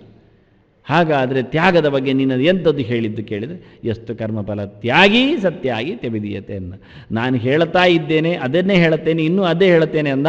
ಕರ್ಮದ ಫಲವನ್ನು ಬಿಡುವುದಕ್ಕೆ ತ್ಯಾಗ ಹೇಳ್ತಾರೆ, ಮತ್ತೇನೂ ಅಲ್ಲ ಅಂದ. ಯಾರನ್ನು ತ್ಯಾಗಿ ಹೇಳುತ್ತೇನೆ ಅಂದರೆ ಎಷ್ಟು ಅದಕ್ಕೆ ತೂ ಹಾಕಿದೆ ವಿಶೇಷದಿಂದ, ಇದುವೇ ಮಾರ ಇನ್ನೇನು ಇಲ್ಲ ಅಂದ. ತ್ಯಾಗದ ಲಕ್ಷಣ ಇಷ್ಟೇ. ವಿಶೇಷ ಏನು ಕೇಳಿದರೆ, ಸರ್ವಾತ್ಮನ ಕರ್ಮವನ್ನು ಮಾಡುವುದು, ಸರ್ವಾತ್ಮನ ಅದರ ಫಲವನ್ನು ಬಿಡುವುದು, ಇಷ್ಟೇ. ಎಷ್ಟು ಕರ್ಮಫಲ ತ್ಯಾಗಿ ಸತ್ಯಾಗೀತಿ ಅಭಿಧೀಯತೆ. ಎಲ್ಲ ಶಾಸ್ತ್ರಕಾರರು ಎಲ್ಲ ಕಡೆಯಲ್ಲಿ ಹೇಳಿದ್ದನ್ನೇ. ತ್ಯಾಗ ಅಂದರೆ ಏನು ಕೇಳಿದರೆ, ತ್ಯಾಗಿ ಯಾರು ಕೇಳಿದರೆ, ಹಿಂದೆ ಹೇಳಿ ಆಯಿತು, ತ್ಯಾಗಿ ಮೇಧಾವಿ ಚಿನ್ನ ಸಂಶಯ ಅಂತೆಲ್ಲ ಹೇಳಿಕೊಂಡು. ಅಂತಹ ತ್ಯಾಗಿ ಯಾರು ಕೇಳಿದರೆ, ಕರ್ಮದ ಫಲವನ್ನು ಬಿಟ್ಟವನು, ಕರ್ಮ ಬಿಟ್ಟವನಲ್ಲ, ಅಲ್ಲವೇ ಅಲ್ಲ ಅಂದಾಗ ಇವರು. ಇದರ ಆಚೆಗೆ ಇನ್ನೇನು ಗೀತೆ ಸಿದ್ಧ ಅಂತ ಹೇಳಲಿಕ್ಕೆ ಬರುವುದಿಲ್ಲ. ಇದನ್ನು 10 ಬಾರಿ ಹೇಳಿ ಆಯಿತು, ಪ್ರತಿ ಕಡೆಯೂ ಹೇಳ್ತಾ ಬಂದಿದ್ದಾನು. ಇದರಲ್ಲಿ 2 ಮುಖ ಬರುತ್ತೆ. ಒಂದು, ಕರ್ಮಫಲ ತ್ಯಾಗಿ ಅನ್ನುವಲ್ಲಿ ಕರ್ಮದ ಫಲವನ್ನು ಮಾತ್ರ ಬಿಟ್ಟವನು ಅಂತ ಅರ್ಥ ಅಲ್ಲ, ಅದಕ್ಕೆ ತೂ ಹಾಕಿದ್ದು ವಿಶೇಷವಾಗಿ ಕರ್ಮದ ಫಲವನ್ನು ಬಿಟ್ಟದ್ದು. ಮತ್ತು ಅದರ ಒಟ್ಟಿಗೆ ಮಮತೆ, ಆನಂತರ ಅಹಂಕಾರ, ಕರ್ತೃತ್ವ ಅಭಿಮಾನ ಅದೆಲ್ಲ ಉಂಟೇ ಉಂಟು ಬಿಡಲಿಕ್ಕೆ, ಅದು ಮಾಮೂಲಿ. ನಾಹಂ ಕರ್ತಾರಿಗೆ ಯಾಕೆ ಮೊದಲು ಮಾಡ್ತೇನೆ ಎನ್ನುವುದು ಒಪ್ಪಿಕೋ, ದೇವರು ಮಾಡಿಸ್ತಾ ಇದ್ದಾನೆ ಇಟ್ಕೋ, ನನ್ನ ಮೂಲಕ ದೇವರು ಮಾಡಿಸ್ತಾ ಇದ್ದಾನೆ. ನರತೆ ತ್ವತ್ಕ್ರಿಯತೆ ಕಿಂಚನಾರೇ ಮಹಾಮರ್ಕಮ್ಮ ಗವನ್ ಚಿತ್ರಮರ್ಚ, ಇಷ್ಟು ಇದೆ. ನಿಶುಸೀದ ಗಣಪತಿ ಹೇಳಿದ್ದುಂಟು, ನನ್ನೊಳಗೆ ನಿಂತು ಮಾಡು. ಮತ್ತು ನೀನು ನನ್ನೊಳಗೆ ನಿಂತು ಯಾಕೆ ಹೇಳಬೇಕು, ನನಗೆ ಮಾಡಲಿಕ್ಕೆ ಬರುವುದಿಲ್ಲ ನಿನ್ನ ಪೂಜೆ, ಅಷ್ಟು ಹೇಳಿದರೆ ಮುಗಿದೋಯ್ತು. ಹಾಗಾದರೆ ಪೂಜೆ ಬೇಡ ಆಯ್ತಲ್ಲಿ. ಹಾಗೆ ಒಂದು ವಾಕ್ಯಿದೆ, ನರತೆ ತ್ವತ್ಕ್ರಿಯತೆ ಕಿಂಚನಾರೆ, ನೀನಿಲ್ಲದೆ ಏನೂ ಆಗುವುದಿಲ್ಲ, ಅದನ್ನು ನಾನು ಪೂಜೆ ಮಾಡುವುದಲ್ಲ, ನನಗೆ ಪೂಜೆ ಮಾಡಲಿಕ್ಕೆ ಬರುವುದಿಲ್ಲ. ಮತ್ತೆ ಅಲ್ಲಿಗೆ ಆಯಿತು, ಹಾಗಾದರೆ ಮುಗಿದೋಯ್ತು, ವಿಷಯ ಮುಗಿದು. ಹಾಗಾದರೆ ಪೂಜೆ ಮಾಡೋದು ಯಾರು? ದೇವರಿಗೆ ಪೂಜೆ ಬೇಡ, ಅದರ ಫಲ ಬೇಡ, ನಮಗೆ ಪೂಜೆ ಮಾಡಲಿಕ್ಕೆ ಬರುವುದಿಲ್ಲ, ಅದು ನಾವು ಮಾಡೋದು ಬೇಡ. ಹಾಗಾದರೆ ಯಜ್ಞ ದಾನ ತಪಸ್ಸು ಯಾರಿಗೆ ಹೇಳಿತ್ತು? ಅದರ ಫಲ ಯಾರಿಗೆ? ಆದ್ದರಿಂದ ಇಷ್ಟೇ ವಿಷಯ, ಫಲವನ್ನು ವಿಶೇಷವಾಗಿ ತೊರೆಯುವುದು, ಫಲದ ಆಸೆಯನ್ನು, ಅದರ ಮೇಲಿನ ಹಠವನ್ನು, ಪಡೆಯಲೇಬೇಕೆನ್ನ ಸಂಕಲ್ಪವನ್ನು ಅದನ್ನು ಬಿಡುವುದು. ಅದರೊಟ್ಟಿಗೆ ನಾನು ಮಾಡುವುದು ಅಲ್ಲ, ನನ್ನೊಳಗೆ ದೇವರು ಮಾಡಿಸ್ತಾ ಇದ್ದಾನೆ, ನನಗಾಗಿ ಮಾಡುವುದಲ್ಲ, ನನಗೆ ಬೇಕೇ ಬೇಕಾಗಿ ಮಾಡುವುದಲ್ಲ ಎನ್ನುವುದೆಲ್ಲ ಇಟ್ಟುಕೊಳ್ಳಿಕ್ಕೆ, ಅದರಿಂದ ಉಪಲಕ್ಷಣೆಯ ಅದನ್ನೆಲ್ಲ ಇಟ್ಟುಕೊಳ್ಳಿಕ್ಕೆ ತುಕಾರಾಗಿದ್ದು. ವಿಶೇಷವಾಗಿ ಕರ್ಮಫಲ, ಫಲದೊಟ್ಟಿಗೆ ಉಪಲಕ್ಷಣೆಯ ಕರ್ತೃತ್ವಾದಿಗಳು ಸಹ ತ್ಯಾಗ, ಅದನ್ನು ಇಟ್ಟುಕೊಳ್ಳಿ ಅಂತ ಹೇಳ್ತಾನೆ. ಹೀಗೆ ಬಹಳ ಸುಂದರವಾಗಿ. ಹಾಗಾದರೆ ಮಾಡಿದ್ದು ಹೌದು, ಫಲವನ್ನು ಇವ ಬಿಟ್ಟುಕೊಟ್ಟಿದ್ದಾನೆ, ಕೇಳಲಿಕ್ಕಿಲ್ಲ ಅಥವಾ ಪಡಿಬೇಕು ಅಂತ ಸಂಕಲ್ಪ ಇಲ್ಲ, ಬಂದರೆ ಉಪಯೋಗಿಸಬಾರ್ದೇನು ಹೇಳಲಿಲ್ಲ ಕೃಷ್ಣ. ಅದೊಂದು ಯೋಚನೆಯಲ್ಲಿ ಉಂಟು. ಒಂದಂಶ ಬಗ್ಗೆ ನಮಗೆ ಪ್ರಶ್ನೆಯಲ್ಲಿ ಚೆನ್ನಾಗಿ ಉತ್ತರ ಇದೆ. ಕೊಟ್ಟ ಫಲವನ್ನು ಇಸ್ಕೊಳ್ಳಬಾರ್ದು ಅಂತ ಹೇಳಲಿಲ್ಲ, ಅದನ್ನು ತ್ಯಾಗ ಮಾಡಿ, ಫಲ ತ್ಯಾಗಿ ಅಂದಾಗ ಬಂದದ್ದನ್ನು ದೂಷಿಸಿ ಅಂತ ಹೇಳಲಿಲ್ಲ, ವಿರೋಧಿಸಿ ಅಂತ ಹೇಳಲಿಲ್ಲ, ಬಿಸಾಡಿ ಅಂತ ಹೇಳಲಿಲ್ಲ. ವಾಸ್ತವವಾಗಿ ಕೇಳಬೇಡ ಅಷ್ಟೇ. ಫಲದ ಆಸೆಯೋ ಇಟ್ಟು ಫಲದ ಮೇಲಿನ ದುಂಬಾಲು ಬಿದ್ದು ಕೊಡದಿದ್ದರೆ ದೇವರನ್ನು ಬೈದುಕೊಂಡು, ನೀನು ಫಲ ಕೊಟ್ಟಿಲ್ಲ, ಅದನ್ನು ಬರುವ ವರ್ಷದಿಂದ ನಿನಗೆ ರಂಗಪೂಜೆ ಇಲ್ಲ, ಹಾಗೆ ಎಲ್ಲ ಇಲ್ಲ. ಕೊಡಲಿ ಕೊಡದಿರಲಿ, ಕೊಡಬೇಕು ಅಂತ ಮಾಡಿದ್ದಲ್ಲ, ಕೊಡಲಿಲ್ಲ ಅಂತೇಳಿ ದ್ವೇಷ ಮಾಡಿರಲಿಲ್ಲ. ಶಾಸ್ತ್ರ ಹೇಳಿದೆ ಮಾಡಿ, ಕಾರ್ಯಮಿತ್ಯೇವ ಕರ್ತವ್ಯ ಮಿತಿ ಅಂತ ಹೇಳಿದ್ದಾನೆ ಹಿಂದೆ. ಶಾಸ್ತ್ರ ಹೇಳಿದೆ ಮಾಡಿದ್ದೇನೆ, ಮುಗೀತು. ಶಾಸ್ತ್ರದಲ್ಲಿ ಹೇಳಿದೆ ಆದರೆ ನನ್ನಿಂದ ಆಗ್ತದೋ ಇಲ್ಲವೋ ಅಂತ ನಾನು ಲೆಕ್ಕಾಚಾರ ಮಾಡುವುದಿಲ್ಲ. ಅದು ಕೃತಿ ಸಾಧ್ಯವೋ, ಅದು ಅರ್ಥಹೇತುವೋ, ಅದು ಅನರ್ಥ ಅಹೇತುವೋ, ಇದರಿಂದ ತೊಂದರೆ ಇಲ್ಲವೇ, ಲಾಭ ಉಂಟೆ, ಇದೆಲ್ಲ ರಾಜಸರು ತಾಮಸ್ಸರು ಮಾಡು. ಕೆಲವರಿಗೆ ಲಾಭ ಇದ್ದರೆ ಸಾಕು, ಕೆಲವರಿಗೆ ತೊಂದರೆ ಇಲ್ಲದಿದ್ದರೂ ಸಾಕು. ಮಾಡಿದರೆ ಅಂತ ತೊಂದರೆ ಇಲ್ಲ ಹೇಳಿದ್ದಾರೆ ಮಾಡು, ಮತ್ತು ಲಾಭ ಯಾರಿಗೆ ಬೇಕ್ರಿ ಅಂತಾನೆ. ಇದು ಒಳ್ಳೆ ಕಥೆ. ಕೆಲವರು ದೇವರ ಸೇವೆಗಳಲ್ಲಿ ಎಲ್ಲ ಹಾಗೆ, ಖರ್ಚಾದರೂ ಪರವಾಗಿಲ್ಲ, ಎಷ್ಟು ಖರ್ಚಾಗತ್ತೆ, 8 ಲಕ್ಷ ಹೋಗಲಿ ಅಂತಾನೆ, ಲಾಸ್ ಅಲ್ಲ, ಅದು ಪರವಾಗಿಲ್ಲ, ತೊಂದರೆ ಆಗೋದಿಲ್ಲಲ್ಲ ಮಾಡಿದ್ರಿಂದ ಅಂತಾನೆ. ನೀವೇ ಮಾಡಿದ್ರೇ ತೊಂದರೆ ಇಲ್ಲ, ಒಂದು ಆದಾಗೆ ಆಗ್ತದೆ, ಆಗಲಿ ಆಗೋದು. ಗಮನಿದೆ, ಅನಂತೇಶ್ವರದಲ್ಲಿ ಒಂದು ಉತ್ಸವ ಅಂತ, ಅದಕ್ಕೊಂದು ಉತ್ಸವ ವರ್ಷಕ್ಕೆ ಆಗುತ್ತೆ. ಎಲ್ಲ ದೇವಸ್ಥಾನಗಳಲ್ಲಿ ಹಾಗೆ ನೋಡಿ. ಕೃಷ್ಣ ಮಠದಲ್ಲಿ ಮಾತ್ರ ಒಂದು ವಿಚಿತ್ರ, ಯಾಕೆ ಅದು ದೇವಸ್ಥಾನ ಅಲ್ಲ, ಆದ್ದರಿಂದ ಅಷ್ಟೇ, ಮತ್ತೆಂತ ಇಲ್ಲ. ಯಾವತ್ತೂ ಉತ್ಸವ, ಯಾವಾಗಲಾದರೂ ಉತ್ಸವ ಮಾಡಬಹುದು, ಯಾರ ಸೇವೆಯಲ್ಲಿ ಉತ್ಸವ ಆಗುತ್ತೆ. ಕೆಲವರು ದೊಡ್ಡ ಜನರಾದರೆ 3 ರಥ ಹೇಳಿದ್ರೆ 3 ರಥ ಹೇಳಿದ್ದಾರೆ, ಅದು ಆಗಲೇಬೇಕಾದ್ರೆ ತರ್ತಾರೆ. 4 ರಥ 5 ಆದರೆ 5, ದೇವರು ಯಾರು ಇರ್ತಾರೆ, ಅದೆಲ್ಲ ನಿಮ್ಮ ಇಷ್ಟ, ಯಾವ್ದು ಪೆಟ್ಟಿಗೆ ಬೇಕಾದ್ರೆ ಇಡಿ ಅಂತ ಒಟ್ಟು ಹೇಳಿದ್ರೆ ಸರಿ. 8ರದ 12 ಆಗಲಿ ತನ್ನಿ, ಯಾರ ಆಚೀಚದ್ದು ಹೇಳ್ತಾನೆ ಅಷ್ಟು. ಅದು ಕೃಷ್ಣ ಮಠಕ್ಕೆ ಮಾತ್ರ ಸಂಬಂಧಪಟ್ಟಿದೆ. ಉಳಿದ ದೇವಸ್ಥಾನಗಳಲ್ಲಿ ಇನ್ನೊಮ್ಮೆ ಉತ್ಸವ ಅಂತ ಇಲ್ಲ. ವರ್ಷಕ್ಕೊಮ್ಮೆ ದೇವರಿಗೆ ಉತ್ಸವ ಆಯಿತು. ನನ್ನ ಲೆಕ್ಕದಲ್ಲಿ ಒಂದು ಸೇವೆ ಹೇಳಿರಿ ಅಂದರೆ ಹಾಗೆಲ್ಲ ದೇವರು ಕೇಳುವುದಿಲ್ಲ. ನಿನ್ನ ಲೆಕ್ಕದಲ್ಲಿ ದೇವಸ್ಥಾನ ಕಟ್ಟಿದ್ದಲ್ಲ, ನಿನ್ನ ಲೆಕ್ಕದಲ್ಲಿ ಎಳೀಲಿಕ್ಕೆ. ಇದು ಎಲ್ಲರ ದೇವಸ್ಥಾನ, ಇದು ತಲೆ ಇಲ್ಲ, ಪೂಜೆ ಮಾಡೋರಿಗೆ ಗೊತ್ತಿಲ್ಲ, ಊರಿನವ್ರಿಗೆ ಗೊತ್ತಿಲ್ಲ. ಇದು ಎಲ್ಲರ ದೇವಸ್ಥಾನ, ಎಲ್ಲರೂ ಇದರ ತಂದೆ ತಾಯಿಗಳು, ಎಲ್ಲರೂ ಇದರ ಭಕ್ತರು. ಒಬ್ಬನಿಗೋಸ್ಕರ ದೇವರು ಎಳೆದು ಬರಲಿಕ್ಕಿಲ್ಲ. ನೀನು ಎಷ್ಟು ಕೋಟಿಯ ಮನೆ ಆಗಲಿಲ್ಲ, ಆ ಉತ್ಸವ ದಿವಸ ಬಾ ಅಷ್ಟೇ. ಆದರೆ ನಮ್ಮ ದೇವರು ಒಂದು ದಿವಸ ಅನಂತೇಶ್ವರಕ್ಕೆ ಗಮ್ಮತ್ತಾಯಿತು. ಅಂದರೆ ಇತಿಹಾಸದಲ್ಲಿ ಇಲ್ಲದ ಒಂದು ದಾಖಲೆ ಅಂತ ಹೇಳಿಕೊಂಡು ಹೇಳಲಿಕ್ಕೆ ಹೊರಟರು. ವಾಸ್ತವ ಕಥೆ ಏನಂದರೆ ದೇವರಿಗೆ ಉತ್ಸವ ಮೇಲೆ ಹರಕೆಯ ಉತ್ಸವ ಇಷ್ಟು ದಿನ ಆಗಲಿಲ್ಲ, ಅನಂತೇಶ್ವರ ಒಂದು ಹೊಸ ಉತ್ಸವ ಅಂತ ಶುರುವಾಯಿತು. ಯದ್ವಾ ತದ್ವಾ ಆಯ್ತು, ಅದು ಬಹಳಷ್ಟು ಅನರ್ಥಕಾರಿ ಆಯಿತು. ಆದರೆ ಅವರು ಕೇಳಿದ್ದು ಇಷ್ಟೇ, ಮಾಡುವ ಉತ್ಸವ ಮಾಡಬಹುದು, ಇದರಿಂದ ತೊಂದರೆ ಉಂಟ ಕೇಳಿದ್ರು. ತೊಂದರೆ ಏನಿಲ್ಲ, ಮತ್ತು ಖರ್ಚು ತೊಂದರೆ ಇಲ್ಲ. ಖರ್ಚೇ ತೊಂದರೆ ಅಲ್ವಾ, ಅದು ಯೋಚನೆ ಮಾಡಲಿಲ್ಲ. ಅದನ್ನು ಅನರ್ಥ ಅಹೇತು ಆದರೆ ಸರಿ. ನಮಗೇನಾದರೂ ಹೆಚ್ಚು ಕಡಿಮೆ ಆಗುತ್ತಾ? ಇಲ್ಲ ಅಂದರು. ಯಾರು ಅದಕ್ಕೆ ಸಂಬಂಧಪಟ್ಟವರು ತಂತ್ರಿಗಳೇ, ಇನ್ನು ಪ್ರಧಾನ ತಂತ್ರಿಗಳೇ, ಮತ್ತೇನು ಇಲ್ಲ ಹೇಳಿಬಿಟ್ರೆ ಮುಗೀತವ್ರು. ಎಲ್ಲರೂ ಅವರನ್ನು ತೋರಿಸೋದು, ತಂತ್ರಿಗಳು ಹೇಳಿದರೆ ನಡೆಸುವು. ಯಾಕೆ ಉತ್ಸವಕ್ಕೆ ಅವ್ರು ಬರಬೇಕು. ಅವರಿಗೆ ಅಮೆಸೂತಿಗೆ ಇದ್ದರೆ ಅದು ಅವ್ರು ಬರ್ತಾರೆ, ಏನು ಪರವಾಗಿಲ್ಲ, ಅವರಿಗೆ ಅದೆಲ್ಲ ತಾಗುವುದಿಲ್ಲ ಅಂತ. ವಿಚಿತ್ರ ಮೇಲೆ ಅಂಥ ತಂತ್ರಿಗಳು ಇರ್ತಾರೆ. ಅಂಥವ್ರು ಹೇಳಿದೇನು ಪ್ರಮಾಣ ಆಗುತ್ತೆ? ಮತ್ತೆ ಇಷ್ಟು ಕಷ್ಟದಲ್ಲಿ ಅದಾಯಿತು. ಅನರ್ಥ ಅಹೇತು. ಇವರ ಸಂಪತ್ತು ನಾಶ ಆದುದಷ್ಟೇ ಅಲ್ಲ, ಇತರ ನಾಶ, ಊರಿನ ನಾಶ ಹೇಳ್ತಾರೆ. ವ್ಯಕ್ತಿಗೆ ಹೊಡೆಯುವುದಿಲ್ಲ ಇದು. ಆಚಾರ್ಯರು ಹೇಳಿದ ಹಾಗೆ ವಿಷ್ಣು ಸ್ಮೃತಿ ವಿಹೀನ ಸ್ಯಾತ್ ಪೂಜಾ ಸ್ಯಾದ್ ಅಸರೀಮತ ಅಂತ ಹೇಳಿಕೊಂಡು ತತಸ್ಯಾತ್ ದೇಶ ವಿಪ್ಲವ ಅಂದರು. ದೇಶಕ್ಕೆ ಹಾನಿಯಾಗತ್ತೆ. ಇದು ಒಬ್ಬನ ಏಕಕರ್ಮಾಣಿ ಕುರುತೆ ಪರಂಭುಂಕ್ತೆ ಮಹಾಜನ. ಒಬ್ಬನ ಉಮೇದುವಾರಿಕೆಯಲ್ಲಿ, ಒಬ್ಬನ ದೊಡ್ಡಸ್ತಿಕೆಯಲ್ಲಿ, ಒಬ್ಬನ ದುಡ್ಡುತನದಲ್ಲಿ ಆಗುವ ಅನ್ಯಾಯ ಇದು ಊರು ತಿನ್ನಬೇಕಾಗತ್ತೆ. ಅದರ ನಷ್ಟವನ್ನು ಕಷ್ಟವನ್ನು ಅಂತಾರೆ. ಇದು ಯಾರು ಕೇಳುತ್ತಾರೆ? ಅವನಿಗೆ ಬರುವುದಿಲ್ಲ ಅಂತ ಕೈ ಎತ್ತಬಹುದು, ಆದರೆ ಊರಿಗೆ ಬಂದದ್ದನ್ನು ಅವನ ತಲೆ ಮೇಲೆ ಹಾಕೊಳ್ತಾನೆ. ಅದನ್ನ ಶಾಸ್ತ್ರ ಹೇಳಿದರೆ ಮಾಡು, ಇಲ್ಲ ಆದರೆ ಬಿಡು, ಇಷ್ಟೇ. ಕಾರ್ಯಮಿತ್ಯೇವ. ಶಾಸ್ತ್ರದಲ್ಲಿ ಅಕಾರ್ಯ ಉಂಟಾ, ಮಾಡಬಾರ್ದು ಅಂತ ಉಂಟಾ, ಮಾಡಬೇಕು ಅಂತ ಹೇಳಲಿಕ್ಕೆ ಇಲ್ವಾ? ಹಾಗಾದರೆ ಬಿಡು. ಇಷ್ಟು ಸ್ಪಷ್ಟವಾಗಿ ನಮಗೆ ಕರಾರುವಾಕ್ಕಾಗಿ ಶಬ್ದಗಳನ್ನು ಹಾಕಿ ನಡೆಸಿಕೊಡುವ ಕೃಷ್ಣ ಮಾತ್ರ. ಯಾಕೆ? ಕೃಷ್ಣನಿಗೆ ಯಾರ ಮುಲಾಜು ಇಲ್ಲ. ಅಷ್ಟು ನಿಷ್ಠುರವಾಗಿ ಹೇಳಿದರೆ ನಿನಗೆ ನಾಳೆಯಿಂದ ಪೂಜೆ ತಪ್ಪುತ್ತೆ ಅಂದರೆ ಹೋಗ್ಲೇಯ ಅಂತಾನೆ. ನನಗೇನು ಪೂಜೆ ಆಗಬೇಕಾಗಿಲ್ಲ ಅಂತಾನೆ. ಅವನು ನನ್ನನ್ನು ಪೂಜೆ ಮಾಡಿ ಉದ್ಧಾರ ಆಗಬೇಕು ಅಂತ ಅಷ್ಟೇ ಹೇಳ್ತಾನೋ, ನನಗೆ ಉದ್ಧಾರ ಆಗಲಿಕ್ಕೆ ನೀವು ಪೂಜೆ ಮಾಡಿ ಹೇಳುವುದಿಲ್ಲ. ಅದನ್ನ ಎಸ್ತು ಅಂತ ಹೇಳಿ ತುಕಾರದಿಂದ ವಿಶೇಷದಿಂದ ಕರ್ಮಫಲದ ತ್ಯಾಗವನ್ನು ಹೇಳುವಾಗ ಸಮಷ್ಟಿಯ ಒಂದು ಚಿಂತನೆ ಎಲ್ಲ ಇಟ್ಕೊಂಡಿದ್ದಾರೆ. ಬಹಳ ಸುಲಭದಲ್ಲಿ ಮುಗಿದೋಗಲಿಲ್ಲ. ಹಾಗಾದರೆ ಕರ್ಮ ಮಾಡಿದ್ದಕ್ಕೆ ಫಲ ಇಲ್ಲವೇ? ಬರಬೇಕಲ್ವ? ನಾವು ನಿರೀಕ್ಷೆ ಮಾಡಿಲ್ಲ, ನಾವು ಸ್ವೀಕಾರವೂ ಮಾಡಿಲ್ಲ, ನಾವು ಸಂಕಲ್ಪವೂ ಮಾಡಿಲ್ಲ. ಸಂಕಲ್ಪ ಮಾಡದಿದ್ದರೆ ಫಲ ಕೊಡುತ್ತೋ ಇಲ್ಲವೋ ಅಂತ ಎಷ್ಟೋ ಜನರದ್ದು ಒಂದು ಕೆಲವು ಪ್ರಶ್ನೆಗಳು, ಮಾಮೂಲಿ ಪ್ರಶ್ನೆ. ಈಗ ಕಾರೀರಿ ಆಗಕ್ಕೆ ಬರುವ ನಾವು, ಮತ್ತೆಲ್ಲ ಗೊತ್ತಾಗುವುದಿಲ್ಲ. ಅದು ಬಹಳ ಕಷ್ಟದು. ಉಳಿದದ್ದೆಲ್ಲ ಸ್ವರ್ಗಕ್ಕೆಲ್ಲ ಅರ್ಥ ಆಗುವುದಿಲ್ಲ. ಮಳೆದ್ದೊಂದು ಅರ್ಥ ಆಗುತ್ತೆ ಕೆಲವರಿಗೆ. ಮಳೆ ಬರ್ತದೆ, ಕಾಲಕ್ಕೆ ಮಳೆ ಬರ್ತದೆ. ವರ್ಷ ಋತುವಿನಲ್ಲಿ, ಶರದ್ ಋತುವಿನಲ್ಲೆಲ್ಲ ಮಳೆ ಬರ್ತದೆ, ಬರಲಿ. ನಮಗೆ ಮಳೆ ಬರಲಿಲ್ಲ ಆಗಿದೆ. ಯಾವಾಗ ಕೇಳುತ್ತೇವೆ? ವರ್ಷಕಾಲದಲ್ಲಿ ಬರಲಿಲ್ಲ. ಹಾಗಾದರೆ ಕಾರೀರಿಯಾಗ ಮಾಡಿ, ಬರುತ್ತೆ. ದೇವರಿಗೆ ಪ್ರಸನ್ನತೆಯನ್ನು ಕೊಡಿ, ಮಳೆ ಬರುತ್ತೆ. ಕಾರೀರ್ಯ ವರ್ಷಕಾಮೋ ಯಜೇತ ಅಂತ ಉಂಟು ಶ್ರುತಿ. ಸರಿ, ಕಾರೀರಿಯಾಗ ಮಾಡಿದ, ದಟ್ಟ ಮೋಡ ಬಂತು, ಮಳೆ ಆಯಿತು. ಬಹಳ ನಡೆದದಿದು, ತಿರುಪತಿಯಲ್ಲಿ ನಡೆದಿದೆ. ಮಳೆ ಇಲ್ಲ, ನೀರಿಲ್ಲ, ಉತ್ಸವ ಎದುರು ಬಂದಿದೆ, ಬ್ರಹ್ಮೋತ್ಸವ. ಏನು ಮಾಡೋದು ಅಂತ ತಾಪತ್ರಯ. ಎಂತ ಯೋಚನೆ ಮಾಡಿ ಆಯಿತು. ಕೊನೆ ಇದನ್ನೇ ಹೇಳಿದ್ದು, ಪರ್ಜನ್ಯ ಸೂಕ್ತ ಜಪ ಮಾಡಿ ನೀರಿನಲ್ಲಿ ನಿಂತು ಇಷ್ಟು ಆವೃತ್ತಿ ಮಾಡಿದಾಗ ಮಳೆ ಬರಬೇಕು. ಆಯಿತು ಅಂತ ಅವನು PVRK ಪ್ರಸಾದ್ ಇದ್ದಾಗ ಅವನು ಅದರಲ್ಲಿ ವಿಶ್ವಾಸಿಯವ. ಅವನೇ ಮುಂಚೂಣಿಯಲ್ಲಿ ನಿಂತು, ಅವನು ಅಂತ ಹೇಳಬಾರ್ದು ನಾವು, ಮುಂಚೂಣಿಯಲ್ಲಿ ನಿಂತು ಮಾಡಿದ ಕೆಲಸ ಅದು. ಯೋಚನೆ ಮಾಡಿದ್ದೇವರು. ವೈದಿಕವಾಗಿ ಏನಾದರೂ ಪ್ರಾಯಶ್ಚಿತ್ತರಿದ್ದರೆ ನಾನು ಖಂಡಿತ ಮಾಡುತ್ತೇನೆ ನನ್ನ ಯಾಜಮಾನ್ಯದಲ್ಲಿ, ದೇವರಿಗೆ ಮಾಡಿಸಲಿಕ್ಕೆ ನಾನು ತಯಾರಿದ್ದೇನೆ ಹೇಳಿ ಅಂದ. ಮಾಡಿಸಿದರು. ಆಯಿತು, ಕ್ರಮ ಪ್ರಕಾರ ಅದು ನಡೆದಿದೆ, ಮುಗಿದಿದೆ. ಆ ಕಲಶವನ್ನು ತಗೊಂಡೋಗಿ ಶ್ರೀನಿವಾಸನಿಗೆ ಅಭಿಷೇಕ ಮಾಡಬೇಕು. ಹೊರಟಿದ್ದಾರೆ ಪುಷ್ಕರಣಿಯಿಂದ. ಗುಡಿ ಎಷ್ಟು ದೂರ ಉಂಟು ನಿಮಗೆ ಗೊತ್ತುಂಟು, ಪುಷ್ಕರಣಿಯಿಂದ ಗುಡಿಗೆ ಎಷ್ಟು ದೂರ ಅಂತ. ಒಳಗೆ ಹೋಗುವ ಮುಂಚೆ ದೊಡ್ಡ ಮಳೆ, ಇಡೀ ತಿರುಪತಿಯಿಂದ ತಿರುಮಲೆ ತುಂಬಿತು. ಇನ್ನು 3 ಗಂಟೆಯಲ್ಲಿ ಅವನಿಗೆ ಫೋನ್, ಡ್ಯಾಮ್ ತುಂಬಿದೆ ಅಂತ. ಅಷ್ಟು ಮಳೆ. ನಡೆದ ಘಟನೆಗಳು. ಬಹಳ ದೂರದ ಕಥೆ ಹೇಳ್ತಲ್ಲ, ಅವನು ಬದುಕಿದ್ದಾನೆ, ನಾನು ಬದುಕಿದ್ದೇನೆ. ಆ ನೀರು ಕಂಡವನು ಹೌದು, ಅದಕ್ಕೆ ಹೇಳಿದೆ. ಇಷ್ಟೆಲ್ಲ ಅದ್ಭುತವಾದ ಕಾರೀರಿಯಾಗ ಕಾಲದಲ್ಲಿ ಬರದಿದ್ದಾಗ ಕಾಲವನ್ನು ಚೋದನೆ ಮಾಡಿಕೊಂಡು ದೇವರಲ್ಲಿ ಕೇಳಲಿಕ್ಕೆ ಅದು ಕೊಟ್ಟದ್ದು ಅಷ್ಟೆ. ನೀವು ಗ್ರೀಷ್ಮ ಋತುವಿನಲ್ಲಿ, ಬೇಸಿಗೆ ಸಮಯದಲ್ಲಿ ಮಳೆ ಬರಲಿ ಅಂದರೆ ಗ್ರೀಷ್ಮದಲ್ಲಿ ನೆಲ ಕಾಯಬೇಕು.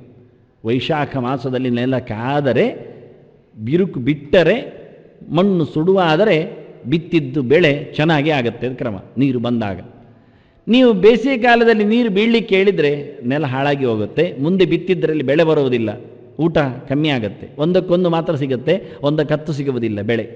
ಆದ್ದರಿಂದ ನೆಲ ಕಾಯಬೇಕು ಅಂತ ಗ್ರೀಷ್ಮದಲ್ಲಿ ಕಾಯಬೇಕು. ನೀವು ಗ್ರೀಷ್ಮದಲ್ಲಿ ಅರ್ಜೆಂಟಾಗಿ ಕರಿಬೇಕು ಅಂತ ಕಾರೀರಿಯಾಗ ಮಾಡಿದರೆ ದೇವರು ಮಳೆ ಕೊಡೋದಿಲ್ಲ. ಈಗ ಮಾಡಿ ಆಯ್ತಲ್ಲ ಕಾರೀರಿಯಾಗ, ದೇವರು ಮಳೆ ಕೊಡಲಿಲ್ಲಲ್ಲ, ಈಗೆಂತ ಮಾಡುವ? ನೀವು ಮಾಡಿದ್ದೇ ತಪ್ಪು, ಮತ್ತೆ ಬರಲಿಲ್ಲ ಕೇಳಿದ್ದು ಇನ್ನೊಂದು ತಪ್ಪು. ಅದನ್ನ ಕಾರೀರಿಯಾಗಕ್ಕೆ ಫಲವನ್ನು ಕೊಟ್ಟೇ ಕೊಡ್ತದೆ ಎನ್ನುವ ನಿರ್ಬಂಧ ಇಲ್ಲ. ಅದಕ್ಕೆ ಒಂದು ಕಾರ್ಯಕಾರಣ ಭಾವ ಅಲ್ಲ ಸಂಬಂಧ ವಾಸ್ತವವಾಗಿ. ಆದರೂ ಚೋದನೆ ಉಂಟಲ್ಲ, ಶ್ರುತಿಯಲ್ಲಿ ಹೇಳಿದೆ ಅಲ್ಲ, ವೃಷ್ಟಿಕಾಮೋ ಕಾರೀರ್ಯ ಯಜೇತ ಅಂತ. ಅದು ಕಾಲವನ್ನಿಟ್ಟುಕೊಂಡೇ ಹೇಳಿದ್ದು, ಅಕಾಲದಲ್ಲಿ ಅಲ್ಲ. ವಾಸ್ತವವಾಗಿ ಬಂಜೆಗೆ ಮಗುವಾಗುತ್ತೆ ಹೇಳಿಕೊಂಡು ಪುತ್ರಕಾಮೇಷ್ಟಿಯಾಗ ಮಾಡಿದರೆ ಮಗುವಾಗುತ್ತಾ ಕೇಳಿದರೆ ಆಗತ್ತೆ ಅಂತಾರೆ ಅವರು. ಬಂಜೆಗೆ ಆಗದು, ಮತ್ತೆ ಯಾರಿಗೆ ಮಕ್ಕಳಾಗೋದು? ಬಂಜೆಗೆ ಆಗೋದು. ಮೊದಲು ಬಂಜೆ ಇದ್ದವಳೇ ಮಗುವನ್ನು ಇರುವುದಲ್ವಾ? ಹೆತ್ತವಳಿಗೆ ಎಲ್ಲಿ ಪುತ್ರಕಾಮೇಷ್ಟಿ ಮಾಡ್ತಾರೆ? ಸರಿ ತಾನೇ? ಮತ್ತೇನು? ಹಾಗಾದರೆ ಗಂಡಿಗೆ ಪುತ್ರಕಾಮ ಆಗ್ತದೋ ಇಷ್ಟಿ ಮಾಡಿದರೆ ಅಂದರೆ? ಆಗಬಹುದು, ಆಗುವುದಿಲ್ಲ ಅಲ್ಲ. ಹಠ ಮಾಡಿದರೆ ವೇದ ಯಾವುದನ್ನು ಕೊಡುತ್ತೆ. ಅಂಥವ್ರು ಉಂಟು, ಗಂಡು ಹೆರುವುದುಂಟು, ಇಲ್ಲ ಅಲ್ಲ. ಅದಕ್ಕೆ ಗರ್ಭಕೋಶ ಬೇಡಯ್ಯ. ಮಗು ಹುಟ್ಲಿಗೆ ತೊಡೆಯಲ್ಲಿ ಎತ್ತದ್ದು ಇದೆ, ಹೊಟ್ಟೆಯಲ್ಲಿ ಹೊಡೆದದ್ದು ಇದೆ, ದೇವರ ಮೋರೆಗಳಲ್ಲಿ ಬಂದದ್ದು ಇದೆ. ಗಂಗೆಯನ್ನು ಕಿವಿಯಲ್ಲಿಯೂ ತರಲಿಲ್ವ? ಅದೆಲ್ಲ ಕೇಳಲಿಕ್ಕಿಲ್ಲ, ವೇದದ ಶಕ್ತಿಯನ್ನು ಕೇಳಲಿಕ್ಕಿಲ್ಲ. ಆದ್ದರಿಂದ ಫಲವನ್ನು ಕೊಡುವುದಿಲ್ಲ ಕರ್ಮ ಅಂತ ಸರ್ವಾತ್ಮನ ಹೇಳಲಿಕ್ಕಿಲ್ಲ. ಫಲವನ್ನದು ನಿಯಂತ್ರಿಸಬಹುದು ಎನ್ನುವುದು ಕರ್ಮಾಧೀಶನಾದ ಭಗವಂತನಿಗೆ ಉಂಟು ಗುಟ್ಟು. ಬದಲಿಸಿಕೊಡಬಹುದು ಅವನು. ಸಿಯಾಳ ಅಭಿಷೇಕ ಆಯ್ತಲ್ಲ ಇಲ್ಲಿ ಅನಂತೇಶ್ವರನಿಗೆ ಮಳೆ ಬರಬೇಕು ಅಂತ. ಯಾವುದೋ ದೇಶದ ಮಳೆ ಬರಲಿಕ್ಕೆ ಯಾವುದೋ ದೇಶದ ದೇವರಿಗೆ ಅಭಿಷೇಕ. ದೇವರೇನು ಮಾಡಿದ? ತಲೆ ಸರಿ ಇಲ್ಲ, ನಿಮ್ಮ ತಲೆಗೆ ಬೊಂಡ ಬಿಸಾಡಬೇಕು ಅಂದ. ನೀರು ಉಕ್ಕೇರಿ ಎಲ್ಲ ಆಸ್ತಿ ಪಾಸ್ತಿ ನಾಶ ಆಯಿತು. ಆನಂತರ ಇಲ್ಲಿ ಪೂಜೆ ಮಾಡೋದು ನಿಂತಿತು. ಆದರೆ ಬೋಧ ಬರುತ್ತಾ ಇಲ್ಲೋ ಗೊತ್ತಿಲ್ಲ, ಅಂತೂ ನಿಂತಿದೆ. ಇನ್ನು ಯಾರಿಗಿನ್ನೊಬ್ಬರಿಗೆ ಶುರುವಾದರೆ ಅಬೋಧ ಹೆಚ್ಚು ಕಡಿಮೆ ಆಗ್ಬೋದು. ಆದ್ದರಿಂದ ದೇವರು ಒಂದಕ್ಕೊಂದು ಪೂರಕ, ಯಾರ ಹತ್ರ ಕೇಳೋದಿಲ್ಲ ಇವರೆಲ್ಲ ಸರ್ವಜ್ಞ ಮೂರ್ತಿಗಳೇ ಪ್ರತಿಯೊಬ್ಬರೂ ಸಹ. ನಾನು ಹೇಳೋದು, ಯಾವುದೇ ಮಾಡುವಾಗ ಸಮಾವೇಶಕ್ಕೆ ಅದನ್ನು ಶ್ರುತಪಡಿಸಬೇಕು. ಯಾವನಾದರೂ ಚರ್ಚೆಗೆ ಬಂದಾನು, ಎಲ್ಲಿಯಾದರೂ ಚರ್ಚೆ ನಡೆದೀತು. ಒಂದು ತಲೆಯಲ್ಲಿ ಆಗುವಂಥ ಕೆಲಸಗಳಲ್ಲದು ವಾಸ್ತವವಾಗಿ. ಅಂದ ಕರ್ಮತಂತ್ರದ ಬಗ್ಗೆ, ಫಲದ ಬಗ್ಗೆ ಕೃಷ್ಣ ಹೇಳುವಾಗ ಬಹಳ ಚೆನ್ನಾಗಿ ಅದಕ್ಕೆ ತುಕಾರಾಗಿದೆ ವಿಶೇಷ ಉಂಟು. ಎಷ್ಟು ಕರ್ಮಫಲತ್ಯಾಗಿ ನೋಡಯ್ಯ, ಕರ್ಮದಿಂದ ಫಲ ಉಂಟೋ ಇಲ್ವೋ ಕೇಳಬೇಡ, ಫಲ ಎಲ್ಲಿ ಹೋಯಿತು ಕೇಳಬೇಡ, ಫಲಕ್ಕೊಂದು ಜಾಗ ಉಂಟು ಅಂದ. ಎಂಥದ್ದು ಜಾಗ ಕೇಳ್ತಾರೆ? ತಸ್ಯ ಪುತ್ರಾದಾಯ ಉಪಯಂತಿ ಸಾಧ ವತ್ಸಾದು ಕೃತ್ಯಾಂ ದುಷಂತಪ್ಪಾಪ ಕೃತ್ಯಾಂ ಅಂತ ಇರುತ್ತೆ. ನೀನು ಕರ್ಮ ಮಾಡು, ನಿನಗೆ ಬಿಡಲಿಕ್ಕೆ ಆಗುವುದಿಲ್ಲ. ನೀನು ಫಲವನ್ನು ಬಿಟ್ಟಿದ್ದರೆ ಅದರ ಆಸೆಯೂ ಬಿಟ್ಟಿದ್ದಿ, ಬಂದದ್ದು ಇಟ್ಕೋ, ಬೇಡ ನಿನಗೆ. ಈಗೇನಾಯಿತು ಕೇಳಿದರೆ? ಏನೂ ಆಗಲಿಲ್ಲ. ನೀನು ಮಾಡಿದ್ದರ ಕೆಲಸದಲ್ಲಿ ಆದ ಲೋಪ ದೋಷಗಳಿಗೆ ನಿನ್ನ ದ್ವೇಷಿಗಳು ಯಾರಿದ್ದಾರೆ, ಶತ್ರುಗಳಿದ್ದಾರೆ, ಅವರನ್ನು ಅದು ತಡ್ತದೆ. ನೀನು ಮಾಡಿದ್ದ ಕರ್ಮದಲ್ಲಿ ಏನು ಲಾಭ ಇದೆ, ಒಳ್ಳೆಯದಿದೆ, ಅದು ನಿನಗೆ ಯಾರು ಇಷ್ಟದವರಿದ್ದಾರೆ ಅವರನ್ನು ಅದು ಮುಡ್ತದೆ. ಆಯ್ತಾ ಅಂದ. ಅದರಿಂದ ಕರ್ಮ ಸುಮ್ಮನೆ ಕೂತ್ಕೊಳ್ಳಿಲ್ಲ. ಕರ್ಮಾಧೀಶ ಪುಕ್ಸಾಟೆಯಾಗಿ ಮಾಡಿದ್ದ ಕೆಲಸವನ್ನು, ಸೇವೆಯನ್ನು ಪಡ್ಕೊಂಡದ್ದಲ್ಲ. ಅವನು ಕೊಟ್ಟಿದ್ದಾನೆ, ಇವನಿಗೆ ಕೊಟ್ಟಿದ್ದಾನೆ, ಇವನವರಿಗೆ ಕೊಟ್ಟಿದ್ದಾನೆ. ಇವನನ್ನು ದ್ವೇಷಿಸುವವರಿಗೆ ಇವನು ಮಾಡಿದ ಕರ್ಮದಿಂದ ಆಗಿರತಕ್ಕ ಪಾಪಗಳಿಗೆಲ್ಲ ಅವರನ್ನು ಭಾಗಿಗಳನ್ನಾಗಿಸ್ತಾನೆ. ಇದು ಮುಖ್ಯ. ಅದನ್ನು ಧರ್ಮಕ್ಕೆ ಶತ್ರುಗಳಿಗೆ ಸಿಗುತ್ತೆ ಪಾಪಗಳು. ಅದರಿಂದ ನಿಂದಕರಿರಬೇಕು ಅಂತ ಕರೆದದ್ದು ಅದಕ್ಕೆ. ಆದಷ್ಟು ಇದ್ದವರಿದ್ದರೆ ಇವರ ಪಾಪವನ್ನು ಪಡ್ಕೊಳ್ಳಿಕ್ಕೆ ಜನ ಇದ್ದಾಗ ಆಗತ್ತೆ. ಅದನ್ನು ಮಿತ್ರವರ್ಗವನ್ನು ಸಾಕುವುದಕ್ಕಿಂತ ಹೆಚ್ಚು, ಸಂಪಾದನೆ ಮಾಡುವುದಕ್ಕಿಂತ ಹೆಚ್ಚು ಶತ್ರುವರ್ಗವನ್ನು ಜಾಸ್ತಿ ಮಾಡೋದು ಒಳ್ಳೆಯದು. ಒಳ್ಳೆಯವರಿಗೆ ಹೆಚ್ಚಾಗಿ ಇರುವುದು ಹೆಚ್ಚಿನವರು ಶತ್ರುಗಳೇ. ಯಾಕೆಂದರೆ ಮತ್ತೆ ಒಳ್ಳೆಯವರಾಗುವುದು ಹೇಗೆ? ಅವರು ಒಳ್ಳೆಯದನ್ನಲ್ಲದೆ ದ್ವೇಷಿಸುವವರು ಮತ್ತಾರು ಕೆಟ್ಟವರಲ್ಲದೆ. ಅದನ್ನು ಒಳ್ಳೆಯದಿದ್ದಾಗ ದ್ವೇಷ ಮಾಡುವ, ಹಗಲನ್ನು ದ್ವೇಷಿಸುವ ಗೂಬೆ ಇದ್ದಾಗೆ. ಹಗಲಿಗೇನಿದೆ? ಸುಮ್ಮನೆ ಇರುತ್ತೆ, ಅದು ಅದರ ಬಾಡಿಗೆ ಬಂದು ಹೋಗುತ್ತೆ. ಹಾಗೆ ಶತ್ರುಗಳು ಹೆಚ್ಚಾದ ಹಾಗೆ ಇವನ ಪಾಪಗಳು ಹಂಚಿ ಹೋಗ್ತವೆ. ತಸ್ಯ ಪುತ್ರಾದಾಯ ಉಪಯಂತಿ ಅಂತ ಇವನ ಭಾಗಗಳನ್ನೆಲ್ಲ ಸೂರ್ಯ ಹೊಡೆಯವರಿದ್ದಾರೆ ದ್ವಿಷಂತಹ ಪಾಪಕೃತ್ಯ. ಅದನ್ನು ಕರ್ಮ ಮಾಡಿದ್ದಕ್ಕೆ ಫಲ ಉಂಟೇ ಉಂಟು. ಅದು ಒಳ್ಳೆಯದೋ ಕೆಟ್ಟದೋ ಎರಡೂ ಇರ್ತದೆ. ಹೆಚ್ಚು ಕಡಿಮೆ ಆದಾಗ ಪಾಪವೂ ಬರ್ತದೆ. ಅದು ಯಾರನ್ನಂದರೆ ಇವ ಫಲವನ್ನು ಕೇಳದೇ ಇದ್ದದ್ರಿಂದ, ಡಿಮಾಂಡ್ ಮಾಡದೇ ಇದ್ದದ್ರಿಂದ, ಮುಟ್ಟದೇ ಇದ್ದದ್ರಿಂದ, ಒಳ್ಳೆಯದಕ್ಕೂ ಕೈ ಹಾಕದವನಿಗೆ ಕೆಟ್ಟದ್ದು ಯಾಕೆ ಮುಟ್ಟಬೇಕು? ಅದನ್ನ ಕರ್ಮ ಮಾಡಿದಾಗ ಜೋಕೆ ಫಲ ಬರ್ತದೆ ಅಂತ ಕರ್ಮ ಮಾಡಿದರೂ ತಪ್ಪಾದರೆ ಪಾಪ ಬರ್ತದೆ. ಒಳ್ಳೆಯದು ದೊಡ್ಡ ಫಲ ಬರ್ಬೋದು, ಮಳೆ ಅಂತೂ ಬರಬಹುದು. ಆದರೆ ಕಾರ್ಯಯಾಗವನ್ನು ಮಾಡಿಕೊಂಡಾಗ 14 ದಿನದಲ್ಲಿ ನಡೆದಿರತಕ್ಕಂಥ ಕರ್ಮಾಂಗಗಳಲ್ಲಿ ಅನ್ನದಾನದಲ್ಲಿನ ಹೆಚ್ಚು ಕಡಿಮೆ, ಆನಂತರ ಗೌರವದಲ್ಲಿನೇ ಹೆಚ್ಚು ಕಡಿಮೆ, ಮಾನ ಸಮ್ಮಾನಗಳಲ್ಲಿ ನಡೆಯುವ ಪದಾರ್ಥಗಳಲ್ಲಿ ವಸ್ತುಗಳಲ್ಲಿ ಹೆಚ್ಚು ಕಡಿಮೆ, ಕಾಲದಲ್ಲಿ ದೋಷ, ಪ್ರತಿ ಕಾಲವನ್ನು ನಾವು ನೋಡ್ತೇವೇನು, ಮಂತ್ರದಲ್ಲಿ ಆಗತಕ್ಕಂಥ ಬದಲಾವಣೆ, ಸಮಷ್ಟಿಯಾಗಿಕೊಂಡಾಗದು ತೊಂದರೆ ಇಲ್ಲ, ಒಳ್ಳೆಯದಾಗಿದೆ, ಆದ್ದರಿಂದ ಫಲವಂತೂ ಬಂತು. ಎಷ್ಟು ದೇವರು ಕೊಡಬೇಕು ಅಷ್ಟು ಮಳೆ ಕೊಟ್ಟ, ಅದು ಇನ್ನಷ್ಟು ಚೆನ್ನಾಗಿದ್ರೆ ಇನ್ನಷ್ಟು ಮಳೆ ಕೊಟ್ಟಿದ್ದ, ಇನ್ನಷ್ಟು ದಿನ ಕೊಟ್ಟಿದ್ದ, ಅದು ನಮಗೆ ಗೊತ್ತಿಲ್ಲ. ಬಂತು ನಮಗಿಷ್ಟೇ ಫಲ ಬಂದರೆ ಸರಿ ಅಷ್ಟೇ, ನಿರೀಕ್ಷಿತ ಫಲ ದೃಷ್ಟವಾಗಿ ಆಗಿದೆ. ಆದರೆ ಲೋಪ ಆದದ್ದಕ್ಕೆ ಫಲ ಯಾರಿಗೆ? ಯಾರ ಯಾಜಮಾನ್ಯದಲ್ಲಿ ಆಗಿದೆ, ಯಾರೆಲ್ಲ ಸೇರಿಕೊಂಡಿದ್ದಾರೆ ಅವರನ್ನೆಲ್ಲ ಮುತ್ತಿಗೆ ಆಗುತ್ತೆ. ಯಾಕೆ? ಇದರ ನೀವು ಬೆನಿಫಿಷರ್, ನೀವು ಲಾಭ ಹೊಡೆದವರು ನೀವಿದ್ದೀರಿ, ಆದರೆ ನಷ್ಟವನ್ನು ನೀವು ಹಂಚಿಕೊಳ್ಳಿ ಅಂತ. ಅದನ್ನ ವಾಸ್ತವವಾಗಿ ನಾವು ಲಾಭಕ್ಕೆ ಕೈ ಹಾಕೋದಿಲ್ಲ, ಆದರೆ ನಷ್ಟಕ್ಕೂ ನಾವು ಬಾಧ್ಯರು ಅಲ್ಲ. ಎಲ್ಲಿ ಹೋಯಿತು? ಅದು ಯಾರ್ಯಾರಿಗೂ ಹಂಚಿ ಹೋಯಿತು. ಒಳ್ಳೆಯವರಿಗೆ ಒಳ್ಳೆಯದೋಯ್ತು, ನಿನ್ನ ಮೇಲೆ ಒಳ್ಳೆಯತನ ಇದ್ದವರಿಗೆ ಒಳ್ಳೆಯದು ಹೋಗಿಬಿಡತ್ತೆ, ಕೆಟ್ಟದಿದ್ದವರಿಗೆ ಕೆಟ್ಟದೋಗುತ್ತೆ. ಅದಕ್ಕೆ ಅನಿಷ್ಟ ಪುಣ್ಯ ಅಂತ ಹೇಳೋದು, ಅದನ್ನೇ, ಮತ್ತೇನಲ್ಲ. ಅನಿಷ್ಟ ಪುಣ್ಯದೇ ಆದರೆ ನಮಗೆ ಎಚ್ಚರ ಉಂಟು, ಅನಿಷ್ಟ ಪಾಪದ್ದು ಗೊತ್ತಿಲ್ಲ. ಬೇಡ ಹೇಳಿದ ಪಾಪ ಯಾರ ತಲೆ ಮೇಲೆ ಹೋಗುತ್ತೆ? ಅದನ್ನು ಮಾಡಿದಾಗ ಸಂಘ ಸಂಸ್ಥೆಗಳಲ್ಲಿ ಒಟ್ಟಾದಾಗ ಆಗುವ ಲಾಭ ನನಗಿಲ್ಲ ಹೇಳಿದರು, ಅದನ್ನು ಒಪ್ಪಿಕೊಂಡಲ್ಲಿ ಇದರಲ್ಲಿ ತಟಸ್ಥರಾಗಿದ್ದರೆ ತಸ್ಯಾಹ ಸೋರ್ಧಂ ಸಮಷ್ಣುತೆ ಅಂದ ವಿದುರ. ಭೀಷ್ಮನಿಗೆ ಹೇಳುತ್ತಾನೆ, ನೀನು ಜೂಜ ಆಡುವಾಗ ಅಲ್ಲಿ ನಿಂತಿದ್ದೇ ಆದರೆ, ನೀನು ಉತ್ತರ ಕೊಡುವುದಿಲ್ಲ ಆದರೆ ದ್ರೌಪದಿಗೆ ಅನ್ಯಾಯ ಅದು ಅಂತೇಳಿ ಪ್ರತಿಭಟನೆ ಮಾಡದಿದ್ದರೆ, ನೀನು ಏನೂ ಇಲ್ಲ ಅಂತ ಸುಮ್ಮನೆ ತಲೆ ಕೆಳಗಾಗಿ ಕೂತರು, ನಾನು ಕಣ್ಣರಿಸಿ ನೋಡಲಿಲ್ಲ, ಬಟ್ಟೆ ಎಳೆಯುವುದು ನನಗೆ ಗೊತ್ತಿಲ್ಲ, ನಾನು ಹೇಳಲಿಲ್ಲ ಅಂತ ಇದ್ದರೂ ನೀನು ಸುಮ್ಮನೆ ಇದ್ದದ್ದಕ್ಕೂ ನಿನಗೆ ಪಾಪ ಇದೆ ಅಂತ. ಅಬ್ರುವನ್ ವಿಬ್ರುವನ್ಶ್ಚಾಪಿ ನರಹ ಕಿಲ್ಬಿಷಮಶ್ನುತೆ. ನೀನು ಹೇಳದಿದ್ದರೂ ತಪ್ಪು ಹೇಳಿದರು, ಇದು ಸರಿ ಅಂತ ನೀನು ತಪ್ಪು ಹೇಳಿದ್ರು, ನೀನು ಪಾಪವನ್ನು ಪಡಿಬೇಕು. ಎಷ್ಟು ಅಂದರೆ ಅರ್ಧ ಪಾಪ ನಿನಗೆ ಅಂದ. ತಸ್ಯಾ ಸೋರ್ಧಂ ಸಮಷ್ಣುತೆ ಅಂತ. ಮಾಡಿದ ಅಪಚಾರದ ಅರ್ಧ ಪಾಪ ನಿನಗೆ, ಮತ್ತರ್ಧ ಅವನಿಗೆ ಅಂದರೆ ಅಲ್ಲ, ಅವನಿಗೆ ಇಡೀ ಆ ಇಡೀ ಪಾಪ ಎನ್ನುವುದೊಂದು 100 ವರ್ಷಗಳ ಕಾಲ ನರಕದಲ್ಲಿ ಬೀಳುವುದಿದ್ರೆ 50 ವರ್ಷ ನೀನು ನರಕದಲ್ಲಿ ಬೀಳಲಿಕ್ಕೆ, ಮತ್ತು ಉಳಿದವರು ಸಹ ಯಾರೆಲ್ಲಿದ್ದರೆ ಅವರಿಗೆಲ್ಲ 50 ವರ್ಷ ನರಕದಲ್ಲಿ ಬೀಳೋ ಇಂಥ ವಿಚಿತ್ರವಾಗಿರತಕ್ಕ ವ್ಯವಸ್ಥೆ ಕರ್ಮ ಸಿದ್ಧಾಂತದಲ್ಲಿ ಉಂಟು. ಅದಕ್ಕೆ ಎಷ್ಟು ಕರ್ಮಫಲತ್ಯಾಗಿ ಸತ್ಯಾಗಿ ಅಭಿಧೀಯತೆ ಎನ್ನುವಾಗ ಅಭಿತಃ ಅಂತ ಪುರಾಣ, ವೇದ, ಇತಿಹಾಸ ಇವನ್ನೆಲ್ಲ ಇಟ್ಟುಕೊಂಡು ಕೃಷ್ಣ ಹೇಳಿದ್ದೇನೆ ಅನ್ನುವುದನ್ನು ಹೇಳ್ತಾ ಇದ್ದಾನೆ. ಇದನ್ನೇ ನೋಡಿಕೊಂಡಾಗ ಮಾತ್ರ ಕರ್ಮದ ಫಲದ ತ್ಯಾಗದ ಮಹತ್ತಿಗೆ, ಕರ್ಮ ಬಿಡಲಿಕ್ಕೆ ಆಗದೇ ಇರತಕ್ಕಂತಹ ಅನಿವಾರ್ಯತೆ ಎರಡು ಒಟ್ಟೊಟ್ಟಿಗೆ ಅರ್ಥ ಆಗಲಿ ಸಾಧ್ಯ ಇದೆ. ಇಲ್ಲಾದರೆ ಕೇವಲ ಶ್ಲೋಕಾರ್ಥವನ್ನು ದುಡಿಸಿಕೊಂಡೋದ್ರೆ ಕೃಷ್ಣ ಹಾಕಿರತಕ್ಕ ಅವ್ಯಯಕ್ಕೆ, ಅದಕ್ಕೆ ವಾಸ್ತವವಾಗಿ ಹೆಸರೇ ಹಾಗೆ, ಅದನ್ನು ಎಸೆಯುವುದು ಅಂತ ಅರ್ಥ, ನಿಪಾತ ಅಂತ ಅರ್ಥ. ನಿಪಾತ ಅಂದ್ರೇನು? ಅವ್ಯಯಕ್ಕೆ ಇನ್ನೊಂದು ಹೆಸರು ನಿಪದಂತಿ ಅಂತ, ಏನೋ ವಿಶೇಷ ಅರ್ಥದಲ್ಲಿ ಅದು ಬಂದು ಬಿದ್ದಿದೆ ಅಂತ ಅರ್ಥ, ಅದನ್ನು ಸಿಕ್ಕಿಸಿದ್ದಾರೆ ಅಂತ. ಹಾಗಾಗಿ ತುನಾ ಅತ್ರ ವಿಶೇಷ ಸ್ತೂಯತೆ, ತುಕಾರದಿಂದ ಇಲ್ಲಿ ಏನೋ ಒಂದು ವಿಶೇಷಾಂಶವನ್ನು ಕೃಷ್ಣ ಬಹಿರಂಗಪಡಿಸಿದ್ದಾನೆ, ಅದನ್ನು ಅಭಿಧೀಯತೆ ಎನ್ನುವಲ್ಲಿ ಸ್ಪಷ್ಟಪಡಿಸ್ತಾನೆ. ಯಾವಾಗ ಗೊತ್ತಿಲ್ಲ, ಅವನು ಹೇಳಿ ಹೋಗಿರುತ್ತಾನೆ ಅರ್ಜುನನ ಕಿವಿಗೆ, ನಮ್ಗೆ ಯಾವತ್ತು ಸಿಗಬೇಕು. ಹಾಗಾಗಿ ಬಹಳ ಸುಂದರವಾಗಿ ಕರ್ಮದ ಒಂದು ಚೌಕಟ್ಟಿನಲ್ಲಿ ಗಟ್ಟಿತನವನ್ನು ಕೃಷ್ಣ ಮಾಡಿದ. ಶ್ರೀಕೃಷ್ಣಾರ್ಪಣಮಸ್ ಮಾಡಿದ, ಶ್ರೀಕೃಷ್ಣಾರ್ಪಣಮಸ್ ಮಾಡಿದ, ಶ್ರೀಕೃಷ್ಣಾರ್ಪಣಮಸ್ ಮಾಡಿದ, ಶ್ರೀಕೃಷ್ಣಾರ್ಪಣಮಸ್ ಮಾಡಿದ, ಶ್ರೀಕೃಷ್ಣಾರ್ಪಣಮಸ್ ಮಾಡಿದ.